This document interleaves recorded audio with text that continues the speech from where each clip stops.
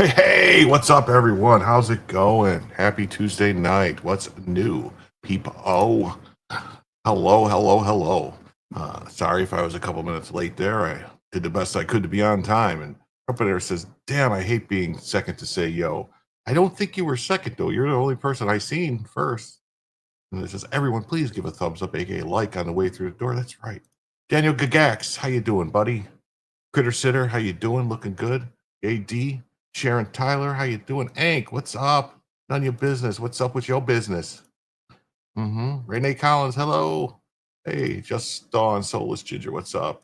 I saw Joe is going to stream tonight, Renee, but I think he said he's going to be late. So I don't know. Maybe I'll be done by the time he starts or whatever. We'll see what happens. I don't know. We'll see how everything goes. Captain Z, what's going on, man? Mr. K, what's up, dude? Life isn't different. How you doing, buddy? What's up? Well, we got some good stories tonight to talk about. Howdy, folks. What's up, Jay Lee? Got what's new? Got some good stories to talk about. Some interesting stuff. We'll try to keep it different. Hey, Joe Ray. We'll see. If Joe's still going when I end, I'll definitely raid him. Definitely. Yeah. No, Joe's. Yeah. He said he's going to be late. So that means probably like what 11:30, 12 o'clock. I don't know. Yeah. Shocked. Yeah. So we'll see. But yeah, I'll definitely try to raid him if he gets his show up, you know what I mean? Like if he gets going.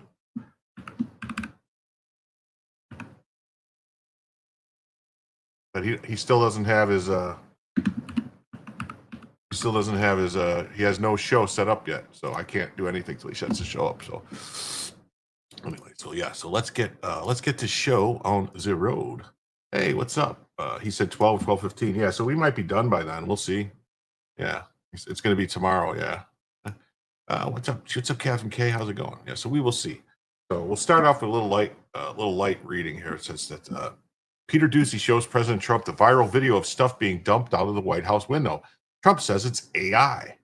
No, that's probably AI generated. You can't open the windows; they're all heavily armored. I know every window up there. That last place I'd be doing it is there. They're sealed. Each window weighs like 600 pounds, according to Trump. So let's see what this says here. Okay. Video that is circulating online now of the White House where a window is open to the residents upstairs and somebody is throwing a big bag out the window. Have you seen this? No, that's probably AI generated. So Actually, you can't open the windows. You know why? They're all heavily armored and bulletproof. So that's a fake video. Well, it's got to be, because I know every window up there. The last place I'd be doing it is that, because there's cameras all over the place, right? Including yours. No, but every window, I've never seen a window that's, in fact, my wife was complaining about it the other day. She said, love to have a little fresh air come in, but you can't. They're bulletproof. And number one, they're sealed. And number two, each window weighs about 600 pounds. You have to be pretty strong to open them up. No, that has to be, where was the window? Let me see.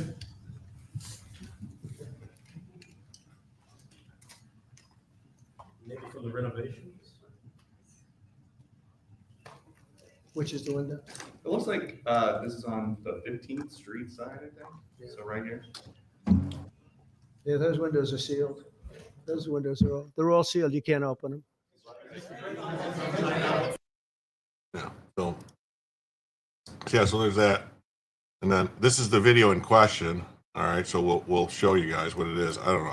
It's my first time seeing it. We're watching.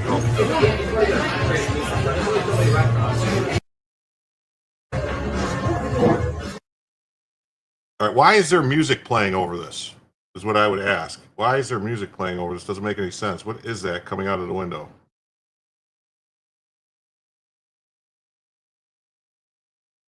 Man, this has got to be fake. I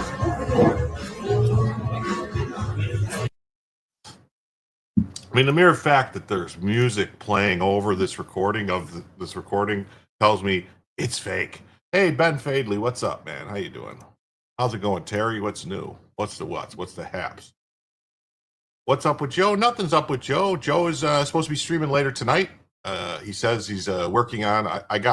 Well, it's kind of probably my fault. I was late with my email to him. I was out and I got home and I got my email out late.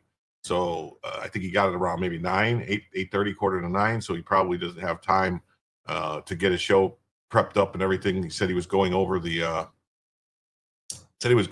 whole Judge Chutkin getting overruled by the DC Circuit. So he wanted to get into that and some other stuff. So that's probably what it is.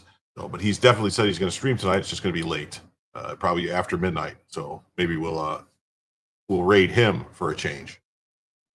It's Barron sneaking chicks out of his room. Well, that's kind of a long drop for Barron to be sneaking chicks out.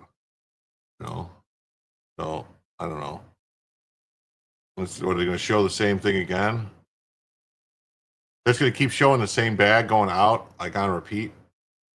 I mean, that's what it looks like. It's somebody like I'm gonna go ahead and say this is fake. You know, there's music. Why is there music playing over the video if it's real?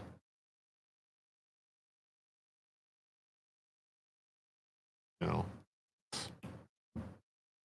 why is it 30 seconds long and it's the same bag coming out the window repeatedly?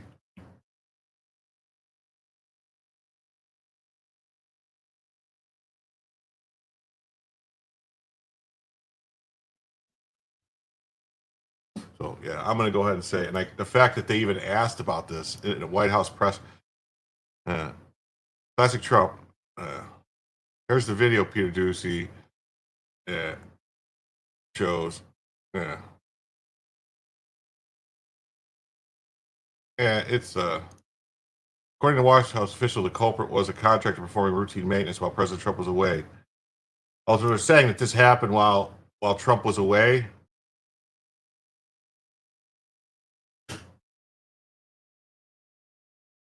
Yeah, where was this video recorded? I didn't think there was anywhere that close to the White House where someone could look down at the roof. Yeah, me neither.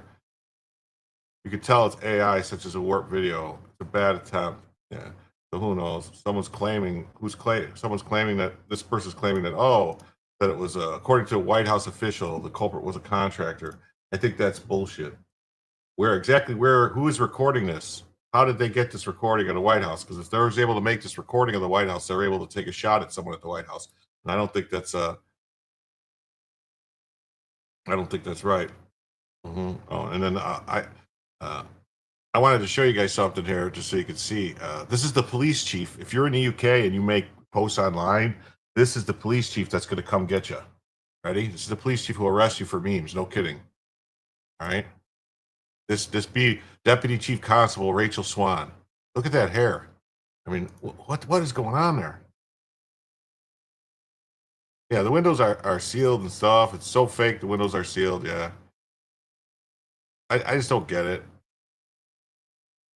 Yeah, I think they would have noticed somebody throwing stuff out. I think it's it's ridiculous.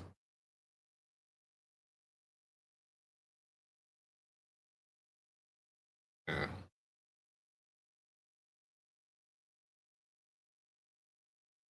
Yeah. Yeah, those windows don't open. I would say they're true. Anyway. Well, this is the police chief that will come get you if you post memes on you post spicy memes on in the UK. This is who's coming to get you. This is who's coming to get you. Mm-hmm. Mm-hmm. Mm-hmm. Mm-hmm. Mm-hmm. People arresting you for memes in the UK are memes themselves. Yet the memes are arresting the memes. Okay, and then this is some other stuff that's just breaking news today that I wanted to get to. This is from Tactical Wisdom, Joe Dolio. He's on that Council for Future Conflict channel. There's a lot of people here that watch that also. So I'd like to say this is literally right out of the Clear and Present Danger, the book, the Tom Clancy book. Be ready for asymmetrical responses in the heartland. Notice also the official story has changed. Maduro now leads TDA, and there is no mention whatsoever of Cartel de las Solas, which we all knew was made up. Yeah, so here we got, early this morning, on my orders, U.S. military forces conducted a kinetic strike against positively identified Tren de Aragua narco-terrorists in the Southcom area of responsibility. PDA is a designated foreign terrorist organization. Hey, Kelly J, awesome for you to be here. I'm so glad. It's great to have you. Please hit the like and subscribe. There you go. Awesome. Probably if you already haven't. PDA is a designated foreign terrorist organization operating under the control of Nicolas Maduro, responsible for mass murder, drug trafficking, sex trafficking, and acts of violence and terror across the United States and the Western Hemisphere. The strike occurred while the terrorists were at sea in international waters transporting illegal narcotics heading to the United States. The strike resulted in 11 terrorists killed in action. No U.S. forces were harmed in the strike. Please let the service notice to anybody even thinking about bringing drugs into the United States. Beware. Thank you for the attention to this matter. So they're just out there murking drug traffickers on the high seas, not arresting them, killing them.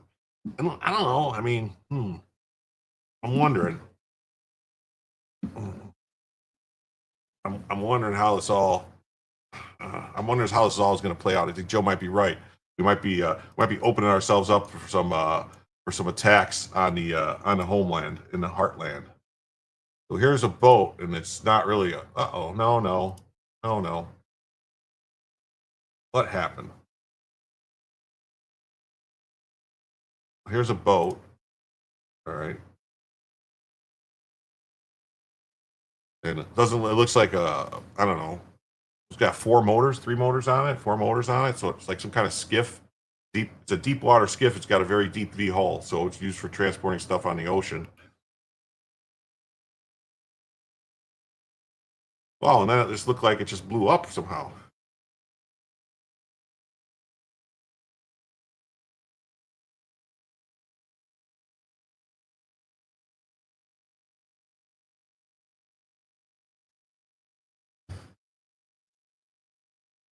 BG says, what's the difference between drugs that kill 2 times Americans dead in Vietnam per year or bringing in arms?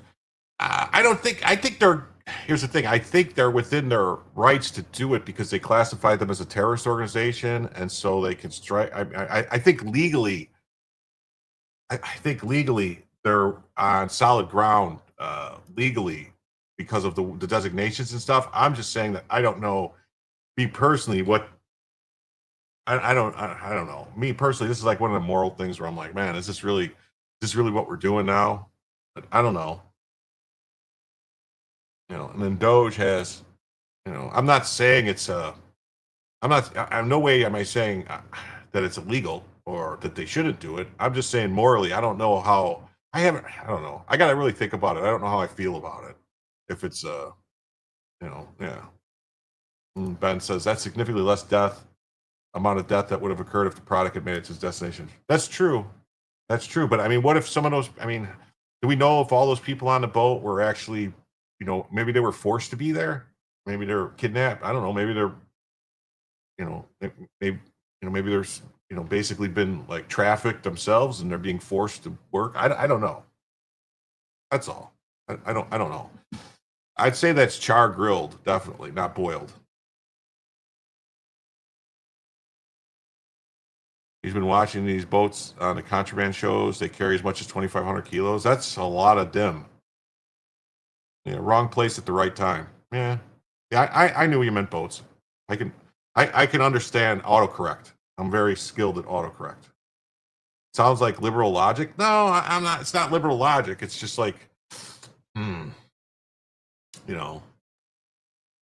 like I'm looking at it in the future. Like I'm looking at where this can go in the future. Like a different president could just say like anybody who has a AR-15 is a terrorist, and I don't know, start drone striking people who own AR-15s. Maybe I don't know. Kinetic strikes against narco-terrorists aren't just tactical victories. They're strategic deterrents reshaping the cartel calculus. The Tren de Aragua operation mirrors the precision seen in Operation Midnight Hammer against Iran's nuclear sites. Surgical elimination of threats before they metastasize, deploying the Arleigh Burke destroyers with Tomahawks and Marines amplify the pressure without boots on the ground escalation. See, now if they're using Tomahawk missiles to take out those boats, those are like $4 to $5 million a piece. Like, what that's very expensive to take out that boat, which they could have just used like a couple bullets.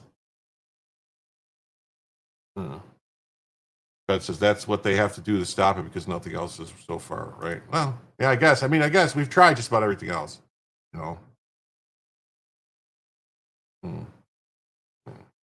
More like a hellfire. Yeah, that's what I'm saying. I hope they didn't use a tomahawk on it. That'd be like a big waste of, like that should have just been like a hellfire or like a, hell. That boat with the destroyers, you could have just lobbed some 5 or 6 inch shells at it, or I don't know if they still have 6 inches or 8 inches. Just put one in there, and that would have been the end of it. That'd have been a lot cheaper. Forcing Maduro's narco regime to choose between collapse or compliance.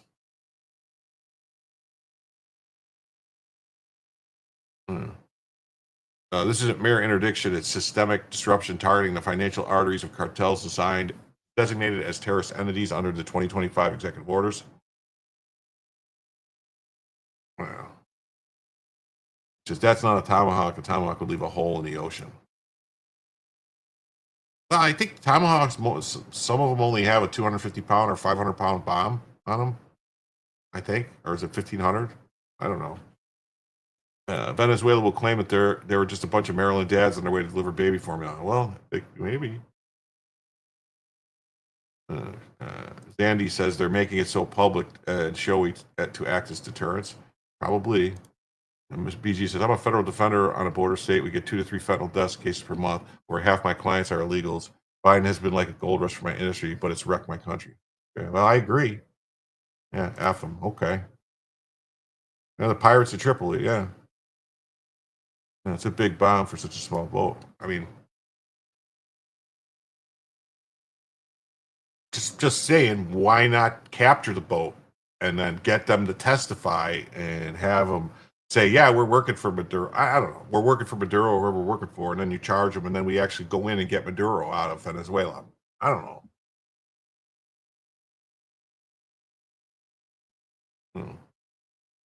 It could have been just about any, who knows? Could have been a drone. Could have been a bomb. I don't know.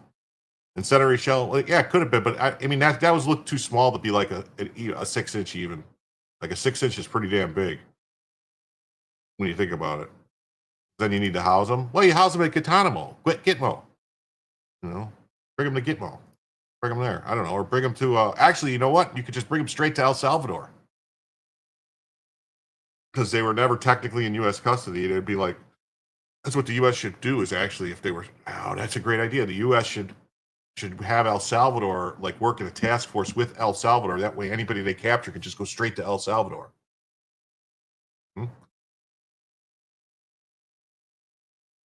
We already know who their daddy is. Well, I guess so. I don't know. Mm-hmm. Yeah. Yeah. It's systemic disruption targeting the financial arteries of cartels designated as terrorist entities under Trump's executive orders. Every sunken boat erodes Maduro's grip while reinforcing hemispheric alliances through Southcom's coordination with regional partners. Okay, well, if they're regional partners, it's got to be El Salvador, right? 11 KIA terrorists represent 11 fewer vectors poisoning American cities, proving that forward-leaning military postures pays dividends in homeland security. Operation details and strategic implications taken a closer look. Yeah. Because if Intel could screw up the U.S. liberty that bad, then they could screw up these Swift boats. Yeah, you're right. Mm-hmm. Yeah. Hey, what's up, Sharkman? What's going on, buddy? He says they've been extraditing them for decades from Colombia under Plan Colombia from Guatemala, Ecuador. Pacific Gulf has nothing to stop. Okay. Hey, no Jabsky, what's up? Well, I don't know. That's why he sent them straight to El Salvador and let Bukele handle them. Let Bukele handle them. I. Mm-hmm. Rods from gods. I mean, how cool is that? Well, it doesn't really look like a rod from God. By the way, the same thing that happened to the Georgia dynasty. What's these people coming up with this stuff? Not what happened to the Georgia Guidestones. Mm-hmm. Rubio says Maduro is not the president of Venezuela. His regime is not legitimate government. Maduro is the head of a cartel de los solos, a narco-terror organization, which has taken possession of a country, and he's under indictment for pushing drugs into the United States. You tell them.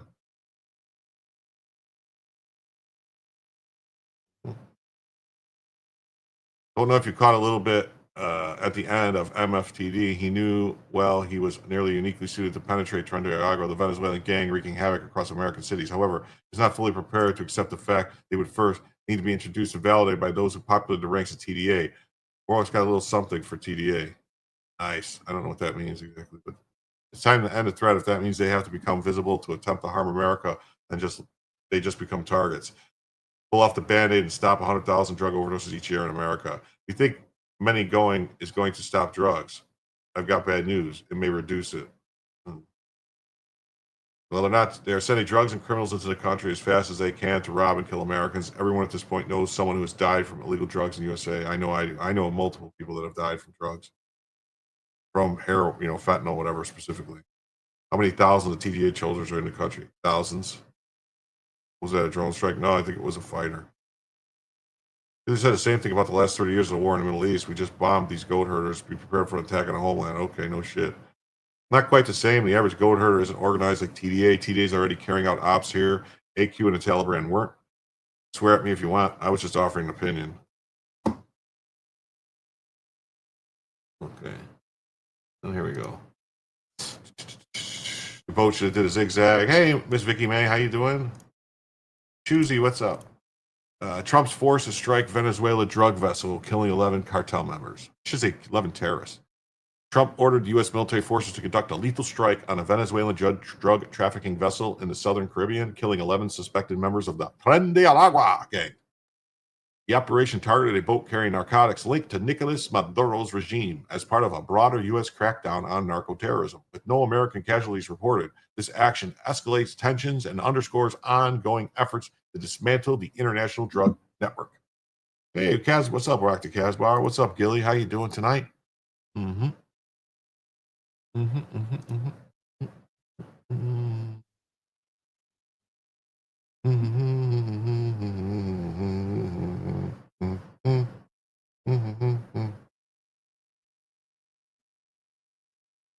Okay. Stories of summary of posts on acts that may evolve over time.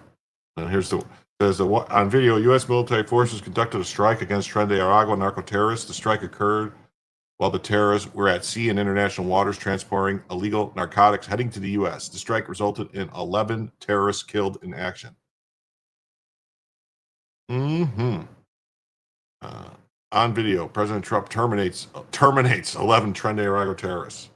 This is the same video, right, that we saw? Yeah.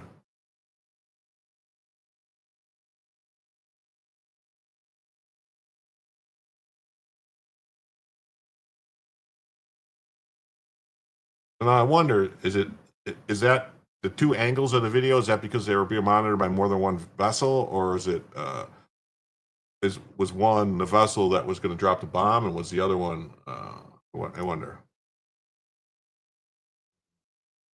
Please let the servers notice that anybody even thinking about bringing drugs into the United States. Here's Trump says, we read this already. This is what Trump's statement was. President Trump's decisive strike in international waters sends a clear message. America will obliterate threats targeting our citizens. This Venezuelan cartel designated foreign terrorist organization under Trump's leadership fuels fentanyl trafficking, sex slavery, and violence across the hemisphere. Precision strikes by U.S. destroyers like the Gravely and Samson neutralize Maduro's proxies without risking American lives. Exactly how counterterrorism should work. Past administrations let these cartels metastasize. Trump incinerates them. Every tomahawk fired prevents poison from reaching U.S. streets. Deterrence through overwhelming force isn't optional, it's survival. The operation details and political ramifications demand scrutiny. Food for thought. We lose the cartels, we lose that in America, in my opinion. Anyway, this is why DOD, CIA, and state and DHS all dug in to stop Trump from building a border wall. We lose the cartels, we lose Latin America. That's what Mike Ben said. This is why there's so much funny business with border politics in Arizona. That Arizona border is Sinaloa territory with a multi-decade history of links to U.S. intelligence. The goods are shipped from Arizona straight to Pritzker's, Obama, Chicago. Yeah. Oh, I wonder if there's a connection there. Huh.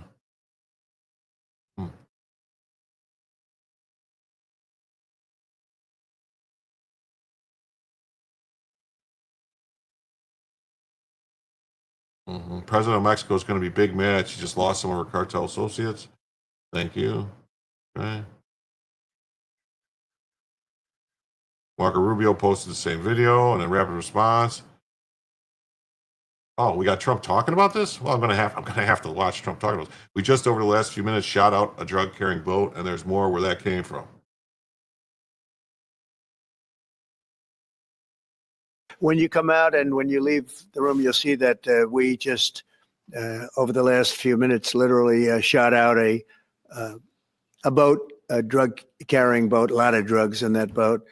And you'll be seeing that and you'll be reading about that. It just happened moments ago. And our great general, head of the Joint Chiefs of Staff, who's been so incredible, including what took place in Iran, knocking out potential nuclear power for a long time to come. I think within a month they would have had it. We didn't do what we did. But he gave us a little bit of a briefing, and you'll see. And there's more where that came from. We have a lot of drugs pouring into our country, coming in for a long time.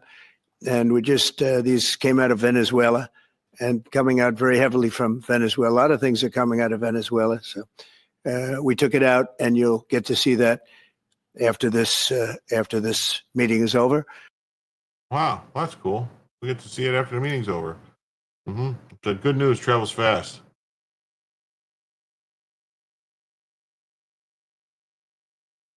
Oh, I don't think that's actually what they were looking at. Trump responded to every country in the world. Problem with that? You know what you should do? You should sanction me. Sanction me with your army. Oh, wait a minute. You don't have an army. Yeah, you don't have an army. Oh, what are you going to do, UN? I guess that means you need to shut the fuck up. Okay. Yeah, so Trump says 11 killed in U.S. bombing of drug-carrying boats from Venezuela.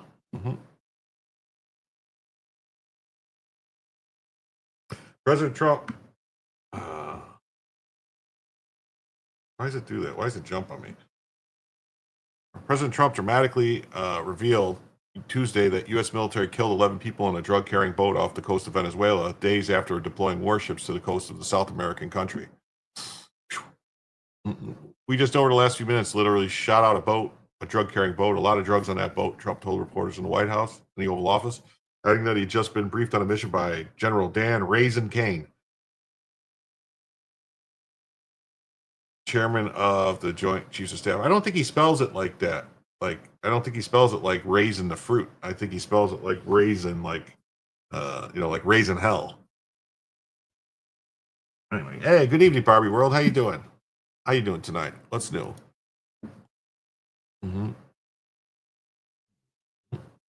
POTUS just announced moments ago today the U.S. military conducted a lethal strike in the southern Caribbean against a drug vessel which has departed from Venezuela and was operated by the designated narco-terrorist organization. We have a lot of drugs pouring into our country, coming in for a long time, and this came out of Venezuela and coming out of very, very heavily from Venezuela. A lot of things are coming out of Venezuela. We took it out, Trump said. In a subsequent post on Truth Social, the president published a video of the attack on a speedboat traveling across open water, asserting the craft's occupants were members of the Tande Aragua criminal gang. Look at that. Cory Booker Keefe gleefully announces engagement to a girlfriend who looks an awful lot like his ex-girlfriend. That he used to.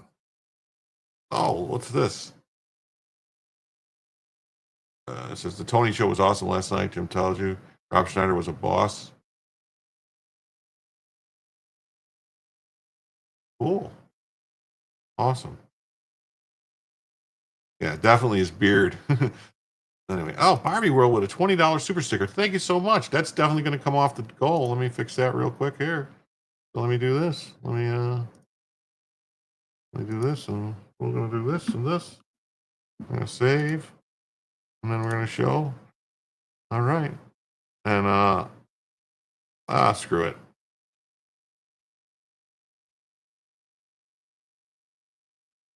Yeah, but it's not raisin. It wasn't. I don't think it was raising like that, because that's how you spell the fruit raisin, not raisin as in like you're raising hell, right?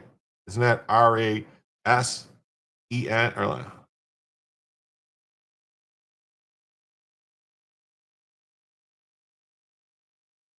Maybe I'm wrong. I don't know. Yep. Why are we rolling hot? Maybe I'm wrong. Maybe it's spelled the same way. Just to me, it looks like a fruit when you're saying a raisin. So, we'll just go ahead. Screw it. We'll give you guys Bellicam for the 20. I know I said 25 for the Bellicam, but we'll make it 20 tonight because I don't think we're gonna. There you go. We'll do this. Yeah. Raisin. Yeah. Not raisin. It should be raisin, right? Yeah. That's what I thought. It should be raisin, not raisin. Yeah. That should be. Yeah. See, it should be raisin, not raisin. Yes. Been super busy, so it's guilt money. Oh well. Not sure who would want to marry him. Well, someone who's not really worried about, actually being married. That just,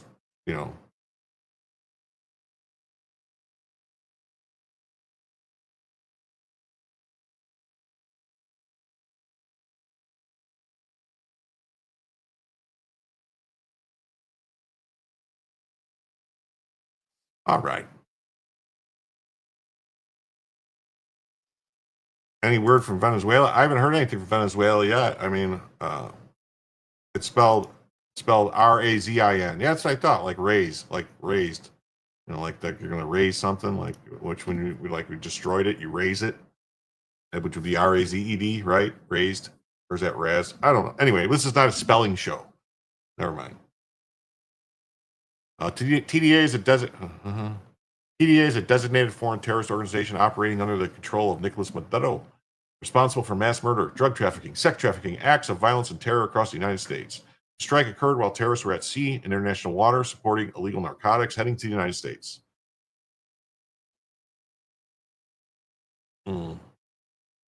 Yes, she is. Please let the service notice to anybody even thinking about bringing drugs into the United States. That's one of the ships. Which one's that? The USS Lake Erie crosses the Pedro Miguel locks of the Panama Canal amid U.S. deployment near the coast of Venezuela. It could have worked Raisin Bran into the Episcopalian joke. Yeah, that would have worked.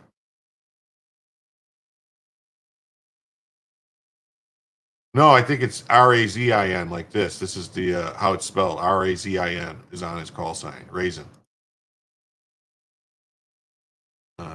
Secretary of State Marco Rubio wrote, as Trump announced moments ago, the U.S. military conducted a lethal strike in the southern Caribbean against a drug vessel which had departed from Venezuela. It was being operated by a designated narco-terrorist organization.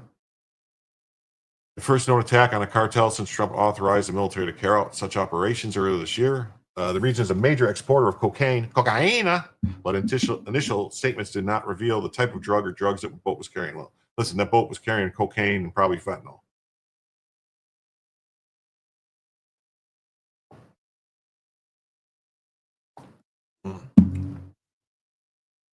Yeah, they're pretty lovely. She's a baby. Trump in late August deployed three guided missile destroyers and about 4,000 Marines to the Venezuelan coast, prompting the country's authoritarian left-wing leader Nicolas Maduro to mobilize millions of militia members and claim an invasion was imminent. Yeah. But those militia members, none of them are allowed to have guns. So I wonder how they're going to work that out. The Trump administration has branded the Cuba-aligned strongman in power since 2013 as a drug cartel leader and fugitive from justice.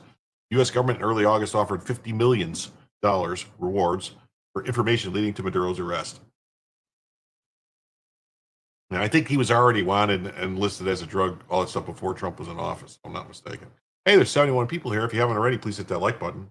And if you haven't subscribed, please hit the subscribe. It really helps with the algorithm. The Maduro regime is not a legitimate government of Venezuela. It's a narco-terror cartel. Maduro is not a legitimate president. He's a fugitive from this drug cartel. Maduro's reign of terror is ending, a source close to the administration told the Post Tuesday in response to the strike. President Trump's historic mission to secure the Western Hemisphere is just getting started. He's just getting cooking. He's getting debt. Oh my God, getting debt. The total transformation of Guilfoyle's face has us speechless. What happened to Guilfoyle's face? What did Kimberly Guilfoyle do to her face? Nancy Mace is feuded with the proud, awkward Cash Patel moments that were seen by millions. Oh, okay. Oh, anchor. Beloved news anchor Celeste Wilson dies at 42. That's terrible. Al Gore's rhythm. Yeah. And debt. And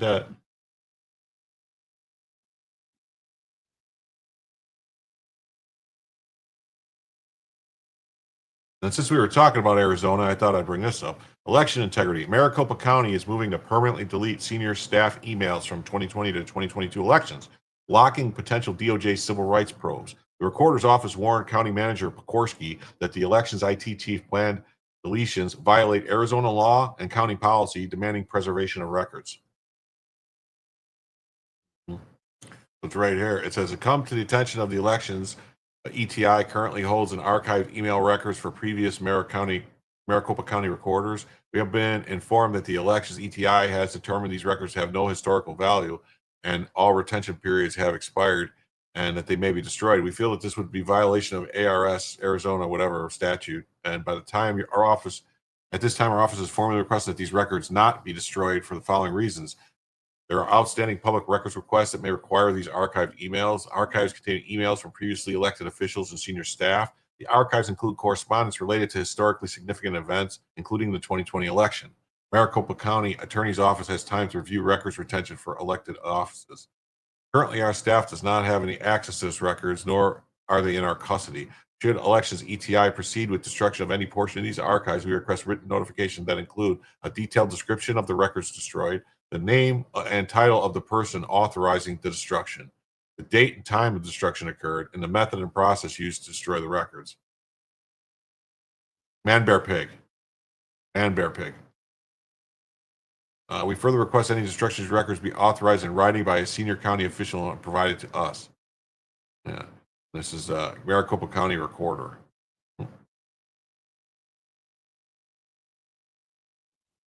Speaking, I made this video right after 2020 election. I literally caught them red-handed.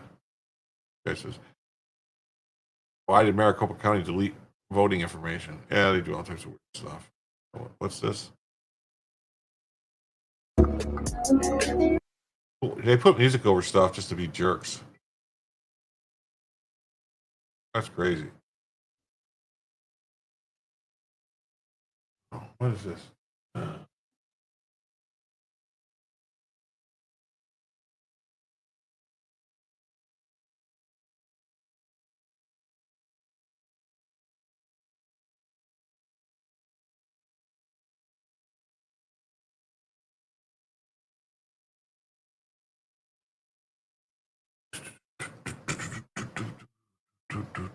Send in the U.S. Marshals. Maricopa County attempted to illegally delete records ahead of a potential DOJ investigation. Yeah, when they realize we have it all. That's why Trump took over Palantir. Oh, let's see what this is. Is this actually? We have it all. All of the illicit wealth in the world has been tracked by the National Security Agency for the Whatever. This does not have nothing to do with this. I hate when people do that, when they put stuff that has nothing at all to do with what we're talking about. Really crazy. Crazy. That's what I say. Crazy.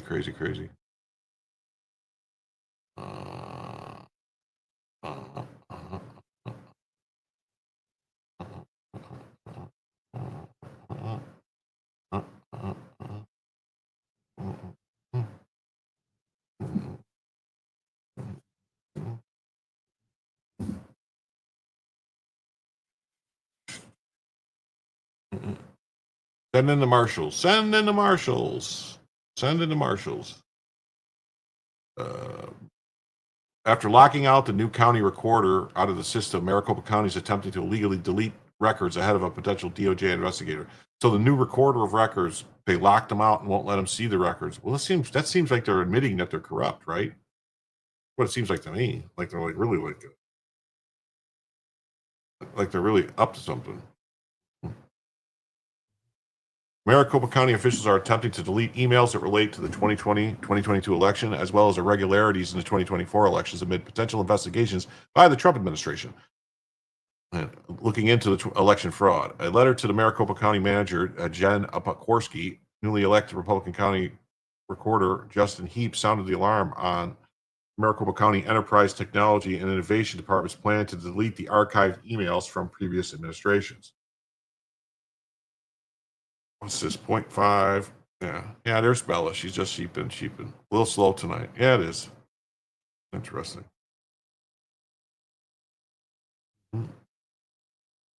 That's because Katie Hobgoblin's in charge. Yeah, well, we'll see. We'll see how it goes. Heap argues that the destruction of these emails would violate Arizona law relating to records retention and county policies. He further asked that the records be maintained due to their historical significance and in order to fulfill public records requests. Local activist Marissa Hamilton says the move by Maricopa County is suspect as the Trump administration officials signal fresh probes to the 2020 concerns and beyond. But what should happen is the DOJ should send a letter to them immediately and tell them to preserve the records and not destroy them. Don't destroy any of these records. Because if they do, then you charge whoever did it with destruction of evidence tampering. That's what you do. You just say, well, you destroyed the records. I told you not to. We needed them, and you destroyed them. That's what I would do. That was me. Yeah. To cover them up or get them thrown in jail more quickly than if they show the records. Yeah. Lots of fraud might be detected. Yes. Yeah, Katie was in charge of the elections. Now she's governor. Yep, she cheated. Elections in Maricopa County have come under intense scrutiny following the 2020 election, which was stolen from Trump. The 2022 election, where 60% of the voting machines miraculously failed on election day and robbed then gubernatorial candidate Carrie Lake, then Attorney General candidate Abe Hamada, and others of a win. Gateway Pundit reported that Assistant Attorney General Harmeet Dillon announced last month that the Department of Justice Civil Rights Division is investigating violations of federal voting laws and cracking down on state voter rolls. This likely includes a deeper dive into Arizona, a hotbed for election irregularities, especially in 2020 and 2022.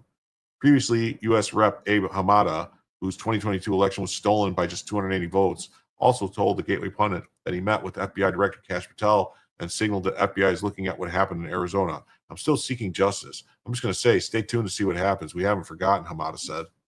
Or is it Hamadeh? Is it Hamadeh or Hamada? I don't know. Is it Hamadeh? Hamada?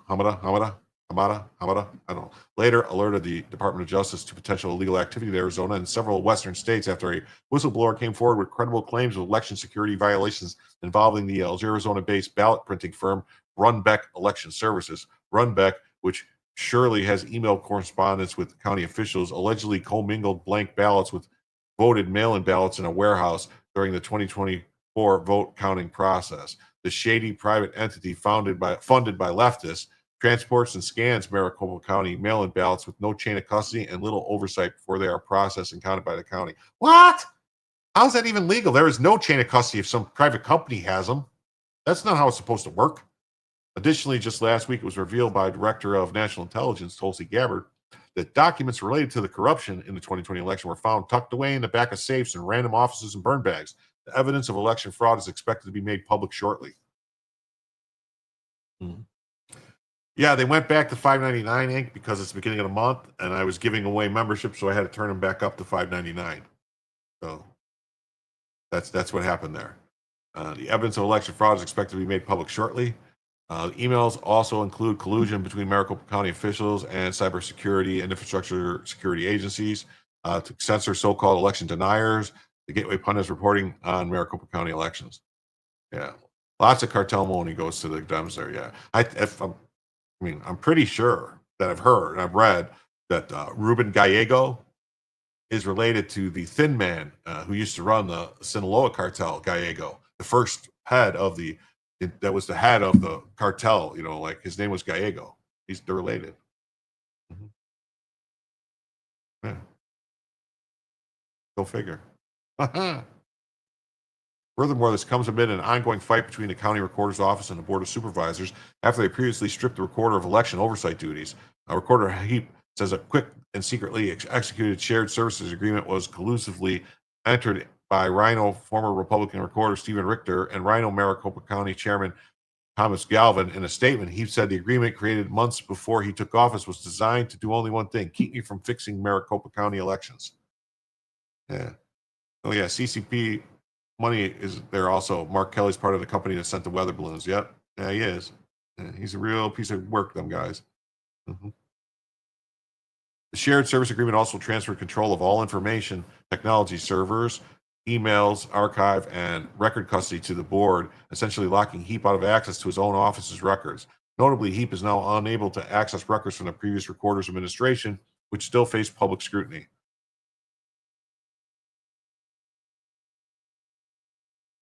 There's too much logic on this channel. We need more teenage angst. Well, we'll see what happens. And then of all the years I've lived in Arizona, I've met very few Democrats, and most of them are centered in Phoenix area. I now live in Mojave County. We're straight up red. Well, hey, Taylor, how you doing, man? Isn't the problem, though, isn't Arizona like the Republicans, though? There's a vast majority of the McCain Republicans there, and so they're really just Democrat lights. Isn't that kind of the problem? Appears the county is trying to delete email correspondence that may prove collusion with Stephen Richter, who infamously defended the county's shady elections and even sued Kari Lake for speaking out about her stolen election. Hamilton notes that they're now denying access to certain current Maricopa County recorder, raising serious questions about what they're trying to conceal. He told the Gateway Pundit, I honestly don't know what they're hiding, but I know that no elections have been more contested, and people have a real interest in these elections, and we've had pending lawsuits. There are still record requests for this information that are going unfulfilled. We're never going to be able to reinstill trust in our election system unless we have more transparency. And the worst thing that the board could do would be to delete all records prior to us coming into office. They'll just leave a hanging question out there forever. What were they covering up? I think it's a legitimate question, and I've been committed that I would try to be transparent and would fulfill those requests. You think those days are gone? Hold on. Think those days are gone in Arizona? No more rhinos?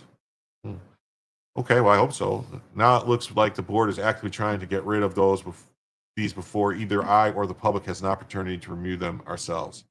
Well, that's a shame, man. That's a shame. To make matters worse, Nate Young, head of the Maricopa County IT department and former recorder Richter's chief of information officer, apparently sent a contemptuous response to a recorder office employee calling Heap's request to maintain records ridiculous. Wait, how would it be ridiculous to maintain records? Well, Maricopa County corruption. Public records show that Maricopa County moves to permanently delete senior staff emails from 2020 and 2022 elections.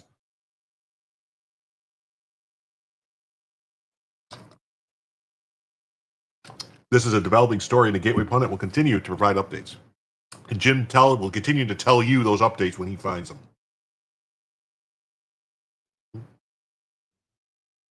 Oh, this was funny. I just had to pull this up because we've been talking a lot about Leticia James and how she's an idiot, a liar, and all this stuff, and a mortgage fraudster too, just like Lisa Crooks.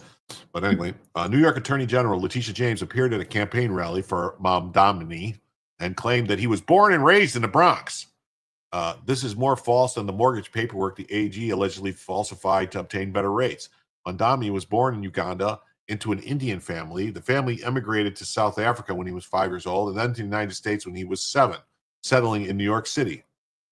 I thought it was later that he came to New York. I thought it was much later than that. They still have all these properties. But he got his political career starting here. He was a student at Bronx Science. Yeah, science. Wait a minute. But he was the vice president of the Bronx Science student body. Oh, that whoa, God, qualifies that him. qualifies him to be mayor. In addition to that, Zohran, he had a brief hip hop career. Yes. Yeah. And although Jamani and I may disagree, but hip hop started in the Bronx. 1520 Sedgwick Avenue. In my district. Now, I won't say that in Brooklyn, but and so he is born and raised. I have been born and raised in Brooklyn, but I know the power of the Bronx. That's right. And I know that all of us need to be standing in purpose today and in support of my good friend. He was born and raised in the Bronx, but he wasn't. So that's. I just thought that was interesting. And Big Tish is trying to reclaim the spotlight, but too bad she can't do nothing but lie. She needs to be in prison for life after what she's done. Yeah. Mamdani. Yeah. Look at his little red book. Can't expect anything but lies from the Democrat Party and their supporters. That's all they have left for the defense of their shitty policies. Right. Okay. And then we got this. We got the dark money is mobilizing on the left. He says, what we get this. Philip Coggan says McCain should have been in jail for taking bribes, but instead they used him to pass the McCain-Feingold, aka Bipartisan Save Our Jobs Act. Yeah, you know, and Russ Feingold, man, what a piece of shit he was. But McCain was involved in all that whole savings and loan scandal with what was it? Keen or something like that were their names, and banking stuff. It was all brutal. California is owned by the cartels. Ask Newsom. Who cares about all that? My mother was born and raised in Rochester, New York, and she was a Republican. Hip hop was based off ripping off traditional recordings. Yes, it was. Play a violin first, NWA. Where will we all be without the Bronx cheer?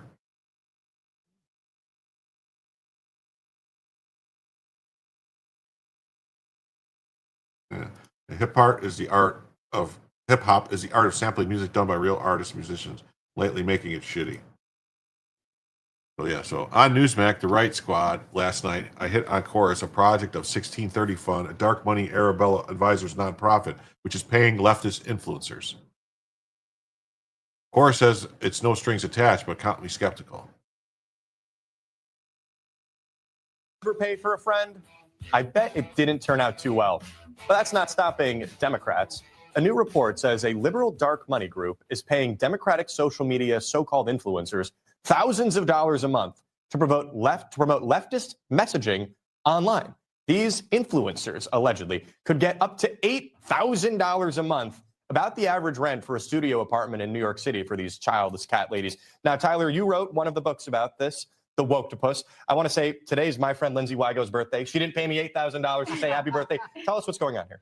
Yeah, so what we're seeing here is Arabella Advisors set up these nonprofits, one of them 1630 Fund. They set up this situation. So we're talking dark money, paying for these influencers. They say there are no strings attached, but it's all an effort to galvanize the left's influencers like the podcasters served President Trump in the last election. We were talking about Rolling Stone, a very bad band. Speaking of old songs, Take the Money and Run. Would you take the money and run? I would totally take the money and post any Democratic talking points they want. My dad would not be happy, but gotta pay the bill. Yeah, well, I'll tell you, you get money It just- from Tenet Media. Okay, is it just me or does that girl look like her body looks weird? Like her legs look super skinny for how big her rear end and you know, she's got a thick waist. I mean, she's not fat or nothing, don't get me wrong. She looks cute, but I mean her waist and everything looks thick for her skinny legs. Like her thighs are super skinny.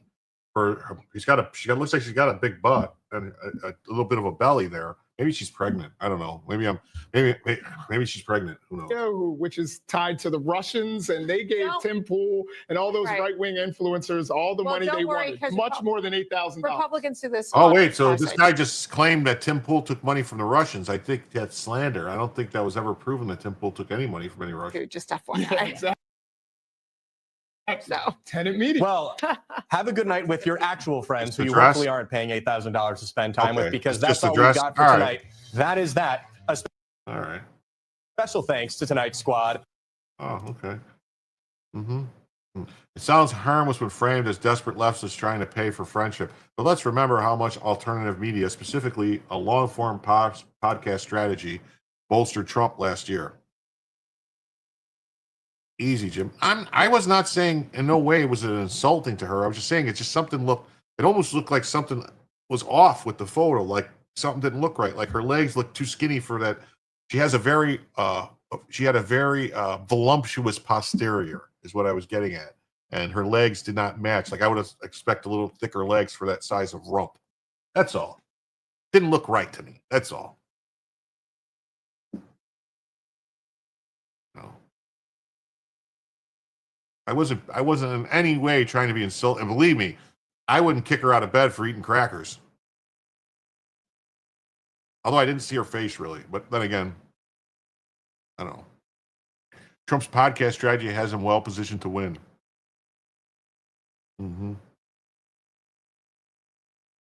Last week, Taylor Lorenz wrote an expose in Wired focused on Chorus, which reportedly has offered as much as $8,000 per month for an influencer training program. I'm not trying to offend anybody at all. I'm not trying to offend anybody. And if I did, I apologize. I'm not trying to do that.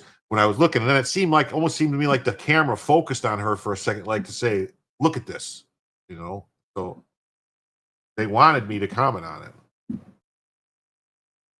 Yeah, I wonder if Tim will sue over that. I definitely would sue. I'm trying to think of that guy's name.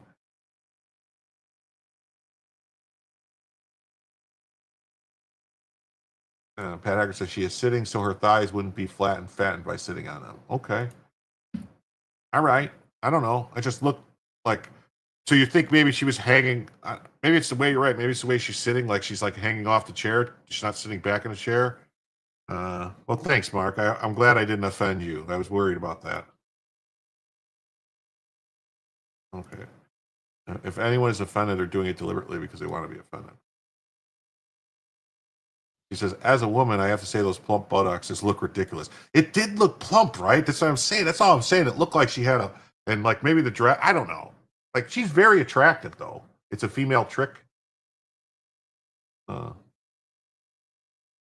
Eyes up high. Okay, so eyes up here. I see what you're saying, but that's like there on the screen. I wasn't sitting next to her looking at her. Mm-hmm. Lorenz said the contracts require secrecy and control over some political messaging. We are Chorus, and we all sing by this. So isn't that, you guys think it's like kind of on the nose that they called themselves Chorus, so they all sing off the same hymn sheet? You know what we're saying when they're saying like everyone's got to be singing off the same hymn sheet? To say everyone's got to get their story straight type of thing. Mm-hmm. It's creator-led nonprofit. Yeah, okay. Yeah, nonprofit my butt. Mm-hmm. Chorus co-founder Brian Tyler Cohen. Oh, of course, said that's a lie. He called Chorus an incubator program to build the pro-democracy ecosystem. Read Power for the Left's narrative. He said the group does not tell creators what to say. Mm-hmm. Some people have questioned about the creator scholarship program I co-founded, Chorus. Let's talk about it. We are Chorus. You want to hear what this lying person has to say? Let's hear what he has to say. At the risk of giving an internet troll more attention, I want to address a piece that Taylor Lorenz wrote yesterday for Wired. An initiative aimed at boosting Democrats online offers... Wait a minute. So this person is calling Taylor Lorenz an internet troll. Taylor Lorenz is like a darling of the left. What is going on here? Influencers up to $8,000 a month to push the party line. All they have to do is keep it secret and agree to restrictions on their content. Literally nothing in this statement is true. The article is about Chorus, which is a nonprofit that I helped found to build up a creator ecosystem, which everybody says they want, but few are doing. So here's what Chorus is. It is a scholarship program to teach creators how to grow their accounts, foster engagement, launch their own shows, and become profitable on their own. It's an incubator program to build the pro-democracy ecosystem. Influencers and creators have never been more important when it comes to how Americans are consuming their news. The right has been doing this for years, and the left needs to catch up. That's why we're doing this with Chorus. So let's talk about what Chorus is and what it's not. Chorus does not pay creators for content, does not tell them what to say, it does not control who they talk to or work with, and there is absolutely nothing in the contract that could even be reasonably interpreted to say that we do. Period. Full stop. I don't know a single creator who would willfully sign up for a program that would tell them what they can or can't say. That's not what this program is. We pay people to show up to I don't think they did anything wrong either. I don't have any problem with them doing it. I just don't like the lies. Like he's lying right now by saying we don't pay people. We don't do. The contracts are out there. They've seen it. It's been exposed. So the thing that I am upset with is I don't understand how they can say this has been like this on the right, because it hasn't. Just because people on the right pay people to do shows, like basically that's what they're saying is like, the Daily Wire hires people and has them come on and do work, and they're basically calling that like somehow that's, or Tim Pool, like who has Tim Pool been? Tim Pool started out on the left working for Vice News, and then for Vox, or not Vox, what the hell is it? Anyway, the other, but yeah, I don't know. So he's a douche who was still also a paid DNC show. Yeah, they're all workshops and technical trainings to optimize their content online. For example, we've got trainings on how to package content for YouTube, trainings on how to optimize audience retention for Instagram and TikTok, trainings on how to form an LLC. Again, there are zero restrictions on their content. And by the way, the program works. In just 2 months, our cohort has added a combined 6 million followers, that's not including me, and seen their views and engagement grow. That is the point of the program, to teach creators how to be effective with whatever messages they want to promote. And with regard to keeping it a secret, there is a standard confidentiality clause in the contract to protect the privacy of the creators. On the literal first day of the program, it was made clear to all of the creators in our kickoff session that they were absolutely free to talk about Chorus. And we immediately followed up to confirm that in writing. Creators have videos about Chorus. They've got donation links to Chorus in their bios. I myself have made videos that were posted all over the internet about Chorus that reached hundreds of thousands of people. It is not a secret, and it never was. There's the implication in the article that this is some arm of the DNC or the Democratic Party. We have literally nothing to do with the DNC. We have nothing to do with the DNC, even though our money comes from the same place the DNC does. And so she says, I think Tim straddles the fence, but at least he brings on diverse people on his shows. Yep, that's true. Yeah. TYT is the same as the Daily Wire, but the DNC largely shuts them out because they're pretty critical of the DNC at times. Yeah. Anyway, this guy's just lying. Spend 0 minutes of my day thinking about the DNC. The creators do not toe any party line. How could we? There isn't a party line. Creators are absolutely allowed to speak out against the Democrats, and in fact, plenty do. And frankly, Chorus creators should and do criticize Democrats when they suck, and quite often, they do suck. I've seen posts saying that this is APAC funded, which couldn't be further from the truth. I'd venture to guess that most Chorus creators, myself included on both YouTube and Substack, have spoken out against the atrocities in Gaza. Loren says that the 1630 Fund is, quote, a powerful liberal dark money group. 1630 Fund is our fiscal sponsor. One of the largest documented donors to 1630 Fund. It's our fiscal sponsor. Oh. Is the same person funding Meteor's Reporters in Residence program, which Taylor Lorenz herself is a part of. And guess what her monthly stipend is? $8,000 per month. So she's criticizing an entity that is funded by someone that she is currently taking money from. I guess it's okay when Taylor Lorenz gets paid, but no one else. The monthly stipend that we offer is so that creators can do this work full time. We've had numerous creators in the cohort quit their jobs so they can focus on creating content full time. That is what we want. I'm really proud that we can give creators that security for as long as they're in the program. We want people to create pro-democracy content full time. And we want to make sure that they can afford to pay their rent and their bills while doing it. Hey, this is where he's lying. He keeps using the word pro-democracy, but what he means is pro-democrat. That's what he means. He's a liar. Because he's talking about we got to battle the right. Wait a minute. Well, if you're battling the right, then that means you're the left, and if you're the left, that means you're the Democrats. Because there's only two parties, whether you want to admit it or not. So that's where the lies just keep rolling off his tongue. If I could have cohorts with 1,000 people in it so that everybody could be part of the program, I would. For everybody saying that they would like to be part of the next cohort, we would love for you to apply. That's they're calling it cohorts. Cohorts are what the terms were from the Roman Empire. And be able to do it as effectively as possible. I should note that while I started this program, I have never and will never get paid. I do this 100% as a volunteer. I've never earned a dime from Chorus, and I never will. I want every dollar that we raise to go to creators so that they can do this important work without spending 8 hours a day working at some different job. I've been saying for years that the left needs to build up its creator space. That has never been more true than it is right now. Influencers and creators have never been more important when it comes to how Americans are consuming their news. The left is a decade behind right now. We desperately need incubators teaching and amplifying. That's just a liar. It's not about Democrats. It's about the left. Chorus creators are not paid to support or oppose candidates, but they are free to do so on their own time. A 1630 Fund spokesman told me. The spokesman countered Lorenz. Creators have always been encouraged to talk about their involvement in the program. Yet Chorus is a project of the 1630 Fund, a dark money group that has bankrolled Democrat PACs and left-leaning ballot initiatives. It seems 1630 Fund is trying to galvanize a political force on the left, whether strings are attached or not. 1630 Fund is managed by Arabella Advisors. Yeah. Taylor Lorenz is also a corporate shill who likes to LARP as a radical and dreams about Hassan Piker ringing her bell. Yeah, she's a very out there wackadoo lady. My book, Woketopus, exposes how this network bankrolled the woke activist groups and staffed and advised the Biden administration.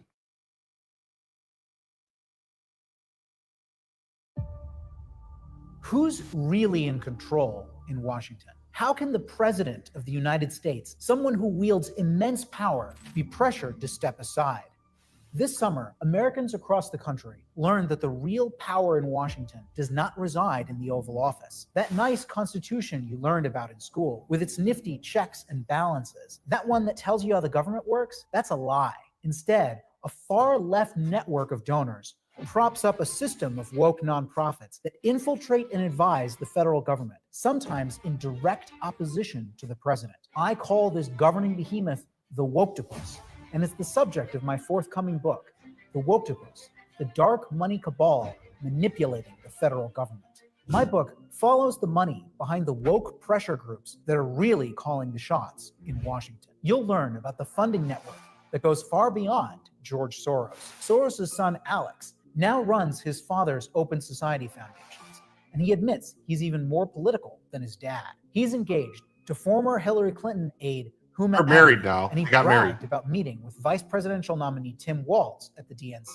You'll learn about how the Tides Foundation, a massive money machine with an in-house project providing legal representation to anti-Israel rioters, bankrolls radical groups like the Southern Poverty Law Center. You'll learn about how John Podesta, Hillary Clinton's former campaign manager and founder of one of the most influential leftist groups in government, the Center for American Progress, is the middleman between Biden and a vast environmentalist funding network. You'll learn about the woke nonprofits trying to transform like the all the, Department of Homeland Security into a welcome mat sound for effects. illegal aliens, and how the federal government funds non-governmental organizations that transport illegal aliens across the entire country. Ted Cruz said, the corporate media is desperate to hide the facts in this book. Arm yourself with the truth by reading this book today. The woke. Oh, well, it's a nice ad for his book. Okay. Arabella forms a key part of the left superstructure, funding the activists that push climate alarmism, gender ideology, critical race theory, and a preference for technocratic government. Oh, Dan says they are funding the solar flares too. Well, that's crazy. It's all about power, control, and money. Offended people need to take a chill pill, take a few deep breaths. If that doesn't help, it's past your bedtime. Whenever the true nature, of course, its Arabella's ties are revealing. Dark money and influence network. It's all right here. You see, it starts here. Rockefeller comes over here. See, look at all these lines. They're all interconnected. They're all coming to Homeland Security. It's all interconnected. And you know what you see on this dark money and influence network? You don't see any right-wing groups. You see what? The SEIU, AFL-CIO, the Teachers Union, the NEA, Open Society Foundations, that's Soros. Yeah, AFSCME, which is the teachers unions for the state and federal employees, and then Amalgamated Charitable Foundation, whatever that is. Never heard of that before. Tide Center, look at this. Proces, Center for American Progress, National Domestic Worker Alliance, Arabella, and it's all this stuff. It's all there, man. All there. All leftists. Soros, yes. All leftists. They're all interconnected. And they're all pissed that Trump cut off the USAID money because that's where a lot of their money was coming from. Meanwhile, the Gates Foundation recently moved to withdraw its funding for Arabella projects. The Gates Foundation sent $450 million to Arabella projects in the last 16 years. Hey, thanks for being here, though, Gilly. I don't know how late we're going to go tonight, but if you want to pick up where you left off tomorrow or whatever, whenever, we'll see you later. And yeah, it's like the mafia in Italy. Yes, definitely. Thanks for being here, though. I really appreciate it. Foundation says it isn't due to political reasons. Arabella might be facing hard times, but it's still working to prop up the left. It may be fun to mock desperate leftists seeking to buy friends, but it would be foolish to ignore this political move. Right, left, dark-wing money accused. That's the guy.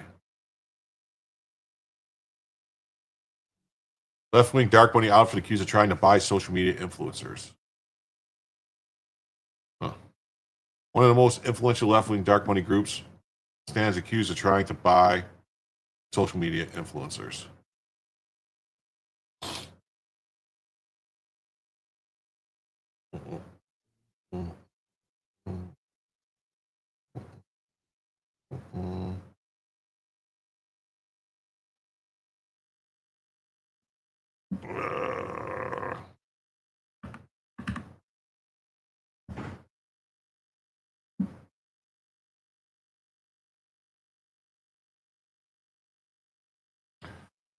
I just heard something. I hope that's not my grandson getting up. Aiming to unify the left as Democrats struggle to find a path forward. Oh, they're struggling to find a path forward after President Trump's historic victory in November. Trump's interviews with conservative YouTubers, podcast hosts, and alternative media influencers accumulated more than 100 million views ahead of the 2024 presidential election. But Joe Rogan and Theo Vaughn and them, they're not right-wing dudes. They're not. And it seems the group 1630 Fund, which has ties to Arabella Advisors, is intent on galvanizing this new strategy on the other side of the aisle. Center for Pro-Life. Yeah, Center for Pro-Life. That's terrible, man. I hope they get that fixed because that hurts. Yeah. Will its efforts unite the woke infrastructure of the left with large audiences who flock to left-wing influencers, or will the exposure of this effort further divide the Democrat activist class? It's very interesting. Yeah. Good night, Gilly. 1630 forms a key arm of the left's dark money network, bankrolling many of the activist groups that staffed and advised the Biden administration and supporting ballot initiatives across states. The for-profit company Arabella Advisors manages 1630 Fund as a 501c4 nonprofit alongside other nonprofits like the New Venture Fund, the Windward Fund, and the North Fund. These nonprofits then prop up fiscally sponsored projects, allowing donors to support the project without disclosing which projects they fund. It seems like most of the rich and elites are all leftists, yes, and Republicans are supposed to be the ones looking out for the rich. Well, it looks like my grandson has made an entrance. What are you doing, buddy? Hold on.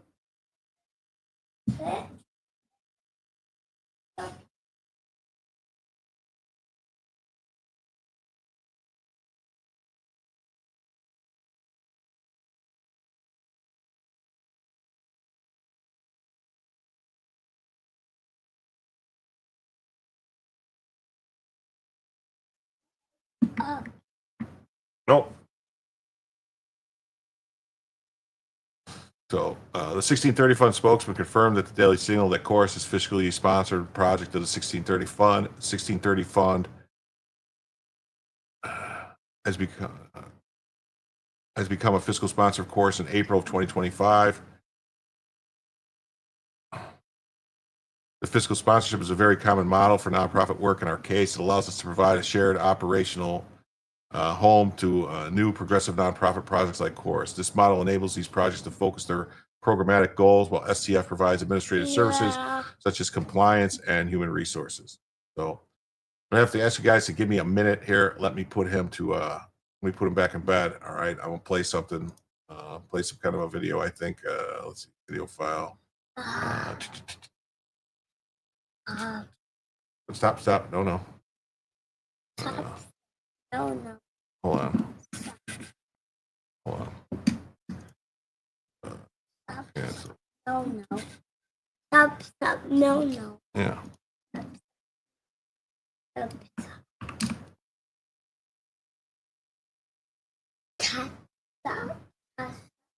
No.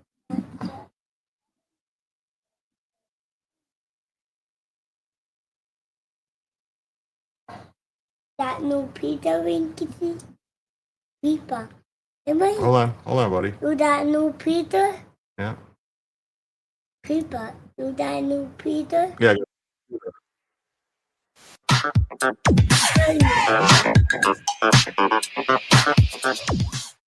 Well, some people weren't completely truthful when they testified in Congress. No Peter. So, declassified documents, FBI, DOJ declined to charge Russia collusion hoaxer who allegedly lied to Congress. Let's make this a little bigger, maybe. You know, the FBI and DOJ's failure to hold Orr accountable for appearing to commit multiple felonies and its obstructive conduct against agents that sought additional information reveals the agency's deeply disturbing political bias. Story by Brianna Lehman. A newly declassified analysis reveals that the FBI and the Department of Justice were aware of allegations that Russia collusion hoaxer Nellie Orr lied to Congress. Now, Nellie Orr was the wife of a DOJ official, if I'm not mistaken, or FBI official maybe, named Bruce Orr. Oh, John Mosley, thank you for the $9.99. I really appreciate it. Thank you very much. If you have any, didn't put any questions in there, so if you have a question and I see it, I will try to answer. Thank you very much. According to the classified 2019 analysis by the FBI, Orr, who was working for Fusion GPS, allegedly lied to Congress on multiple occasions regarding her work attempting to link then candidate Donald Trump and Russia. Fusion GPS was the opposition firm hired by Hillary Clinton's campaign to dig up non-existent dirt on Trump. Fusion GPS hired ex-British spy Christopher Steele and eventually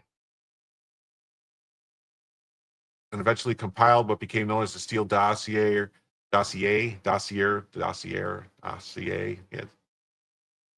Anyway, the dossier became the basis for the Russia collusion hoax.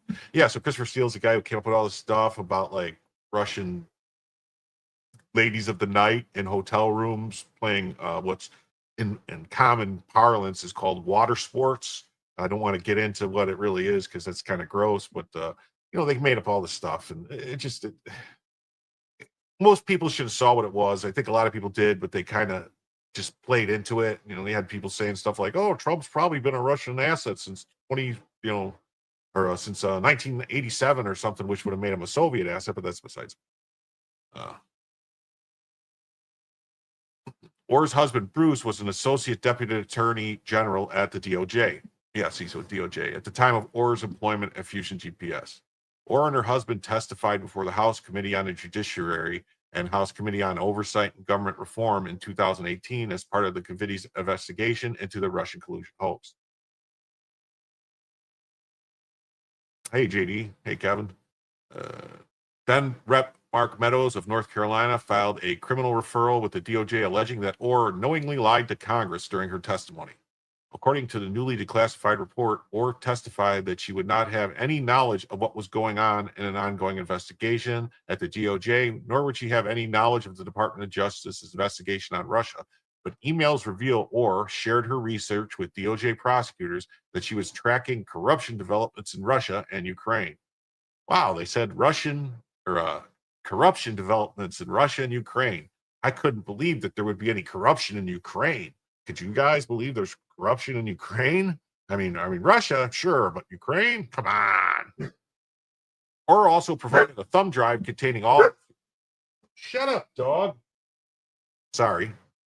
Orr also provided a thumb drive containing all her Fusion GPS research to her husband so that he might give it to the FBI.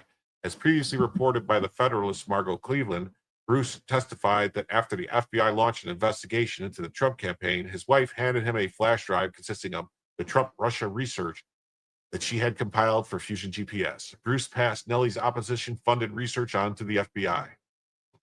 So it was like, see a lot of that stuff going on, don't you? Like husband and wives, one works for some NGO or some organization that's not supposed to be connected to the government, but then there's a husband or wife that actually works for the government, and seems like it's a scam almost, like they're taking advantage. I don't know. I mean, I don't know what kind of laws there could be to try to prevent stuff like this, but there should be some kind of laws you shouldn't have. I mean, you see it with congressmen and senators. You'll have their spouses working for NGOs or different things or working for other groups. So it's like they can have plausible deniability about what's going on. It was further revealed that Orr detailed her emails with DOJ prosecutors, which the reports argue is evidence of deception concealment as potential indicia of knowledge of ongoing investigations. The report further claims that Orr, in contradiction to her congressional testimony, disseminated Fusion GPS research to the DOJ prosecutors beyond those identified in her testimony. So that would be lying then to Congress, right?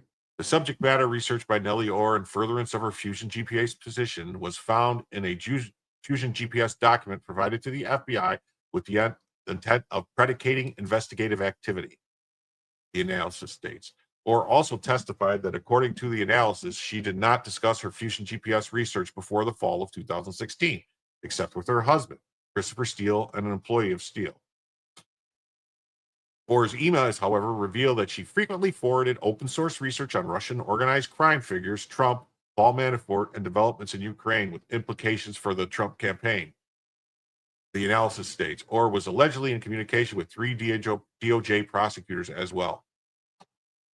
Yeah, so Manafort, he was involved with work with those brothers that were connected to the Democrats, and he ended up going to jail, I think, if I'm not mistaken. Manafort, he ended up taking a fall.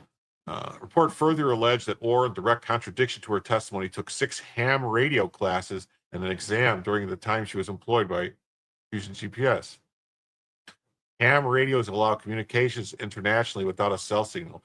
So she was using ham radios to talk to people. Wow.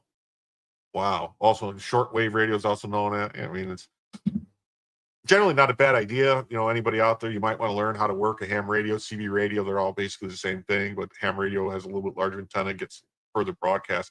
Just in case, it's the one communication that probably is still going to work after everything else goes out. So you might want to look into that. We have a story about someone predicting some weird stuff later on. According to a press release from Senator Chuck Grassley, a Republican from Iowa, records show Orr's entire ham radio training occurred between March to May 2016 while working at Fusion GPS, despite claiming her training occurred prior to her employment at Fusion GPS. So it seems like so far they've laid out like 5 lies, or misdirections, miss something or others. I don't know what you want to call them. Are ham radio solar prayer proof? No, well, if you keep them shielded during the flare or any subsequent EMPs, they would work afterwards as long as you have charges or way to charge them. Like if you need to have this is just like common sense advice. Get yourself like a Faraday cage type of thing, or your microwave is a basic Faraday cage. So if you're ever got an alert that there's a flare or some kind of EMP that's going to destroy things, you would place ham radios or walkie-talkie stuff like that inside your cell phone, whatever you don't want destroyed, inside a microwave or some kind of Faraday bag or something to try and protect it. That way it would work after the trouble passed.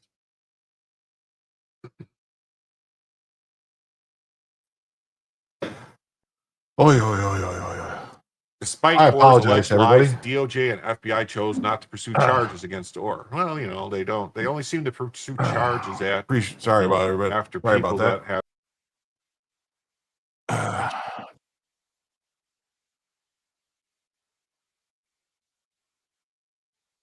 Okay. Unneeded. Oh, okay. Well, yep. Yeah, grandbaby stuff. Sorry. Anyway, let me get back to the story here.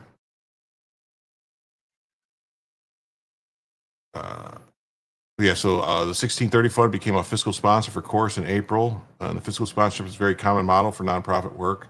It allows us to provide a shared operational home to new progressive nonprofit projects like Chorus. This model enables these projects to focus on their programmatic goals, while STF provides administrative services such as compliance and human resources.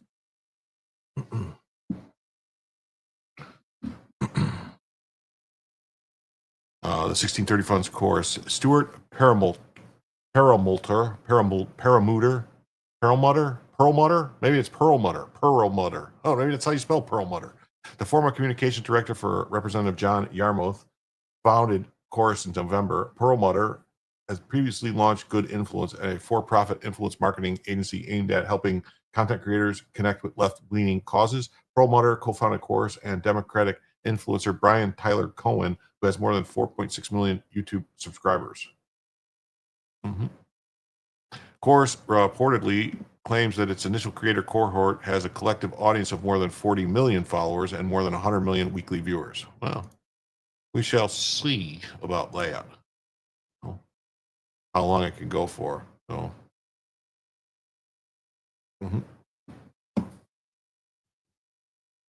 The nonprofit reportedly offers dozens of Democrat political influencers $8,000 per month to join Chorus's program, but the money comes with extensive strings attached. According to Wired, Chorus's contracts prohibit content creators from using any program funds to make content that supports or opposes any political candidate or campaign without express authorization from Chorus in advance and in writing. The contracts reportedly forbid influencers from disclosing their partnership standard practice, stipulating that they will not publicize the Chorus funding without Chorus's consent.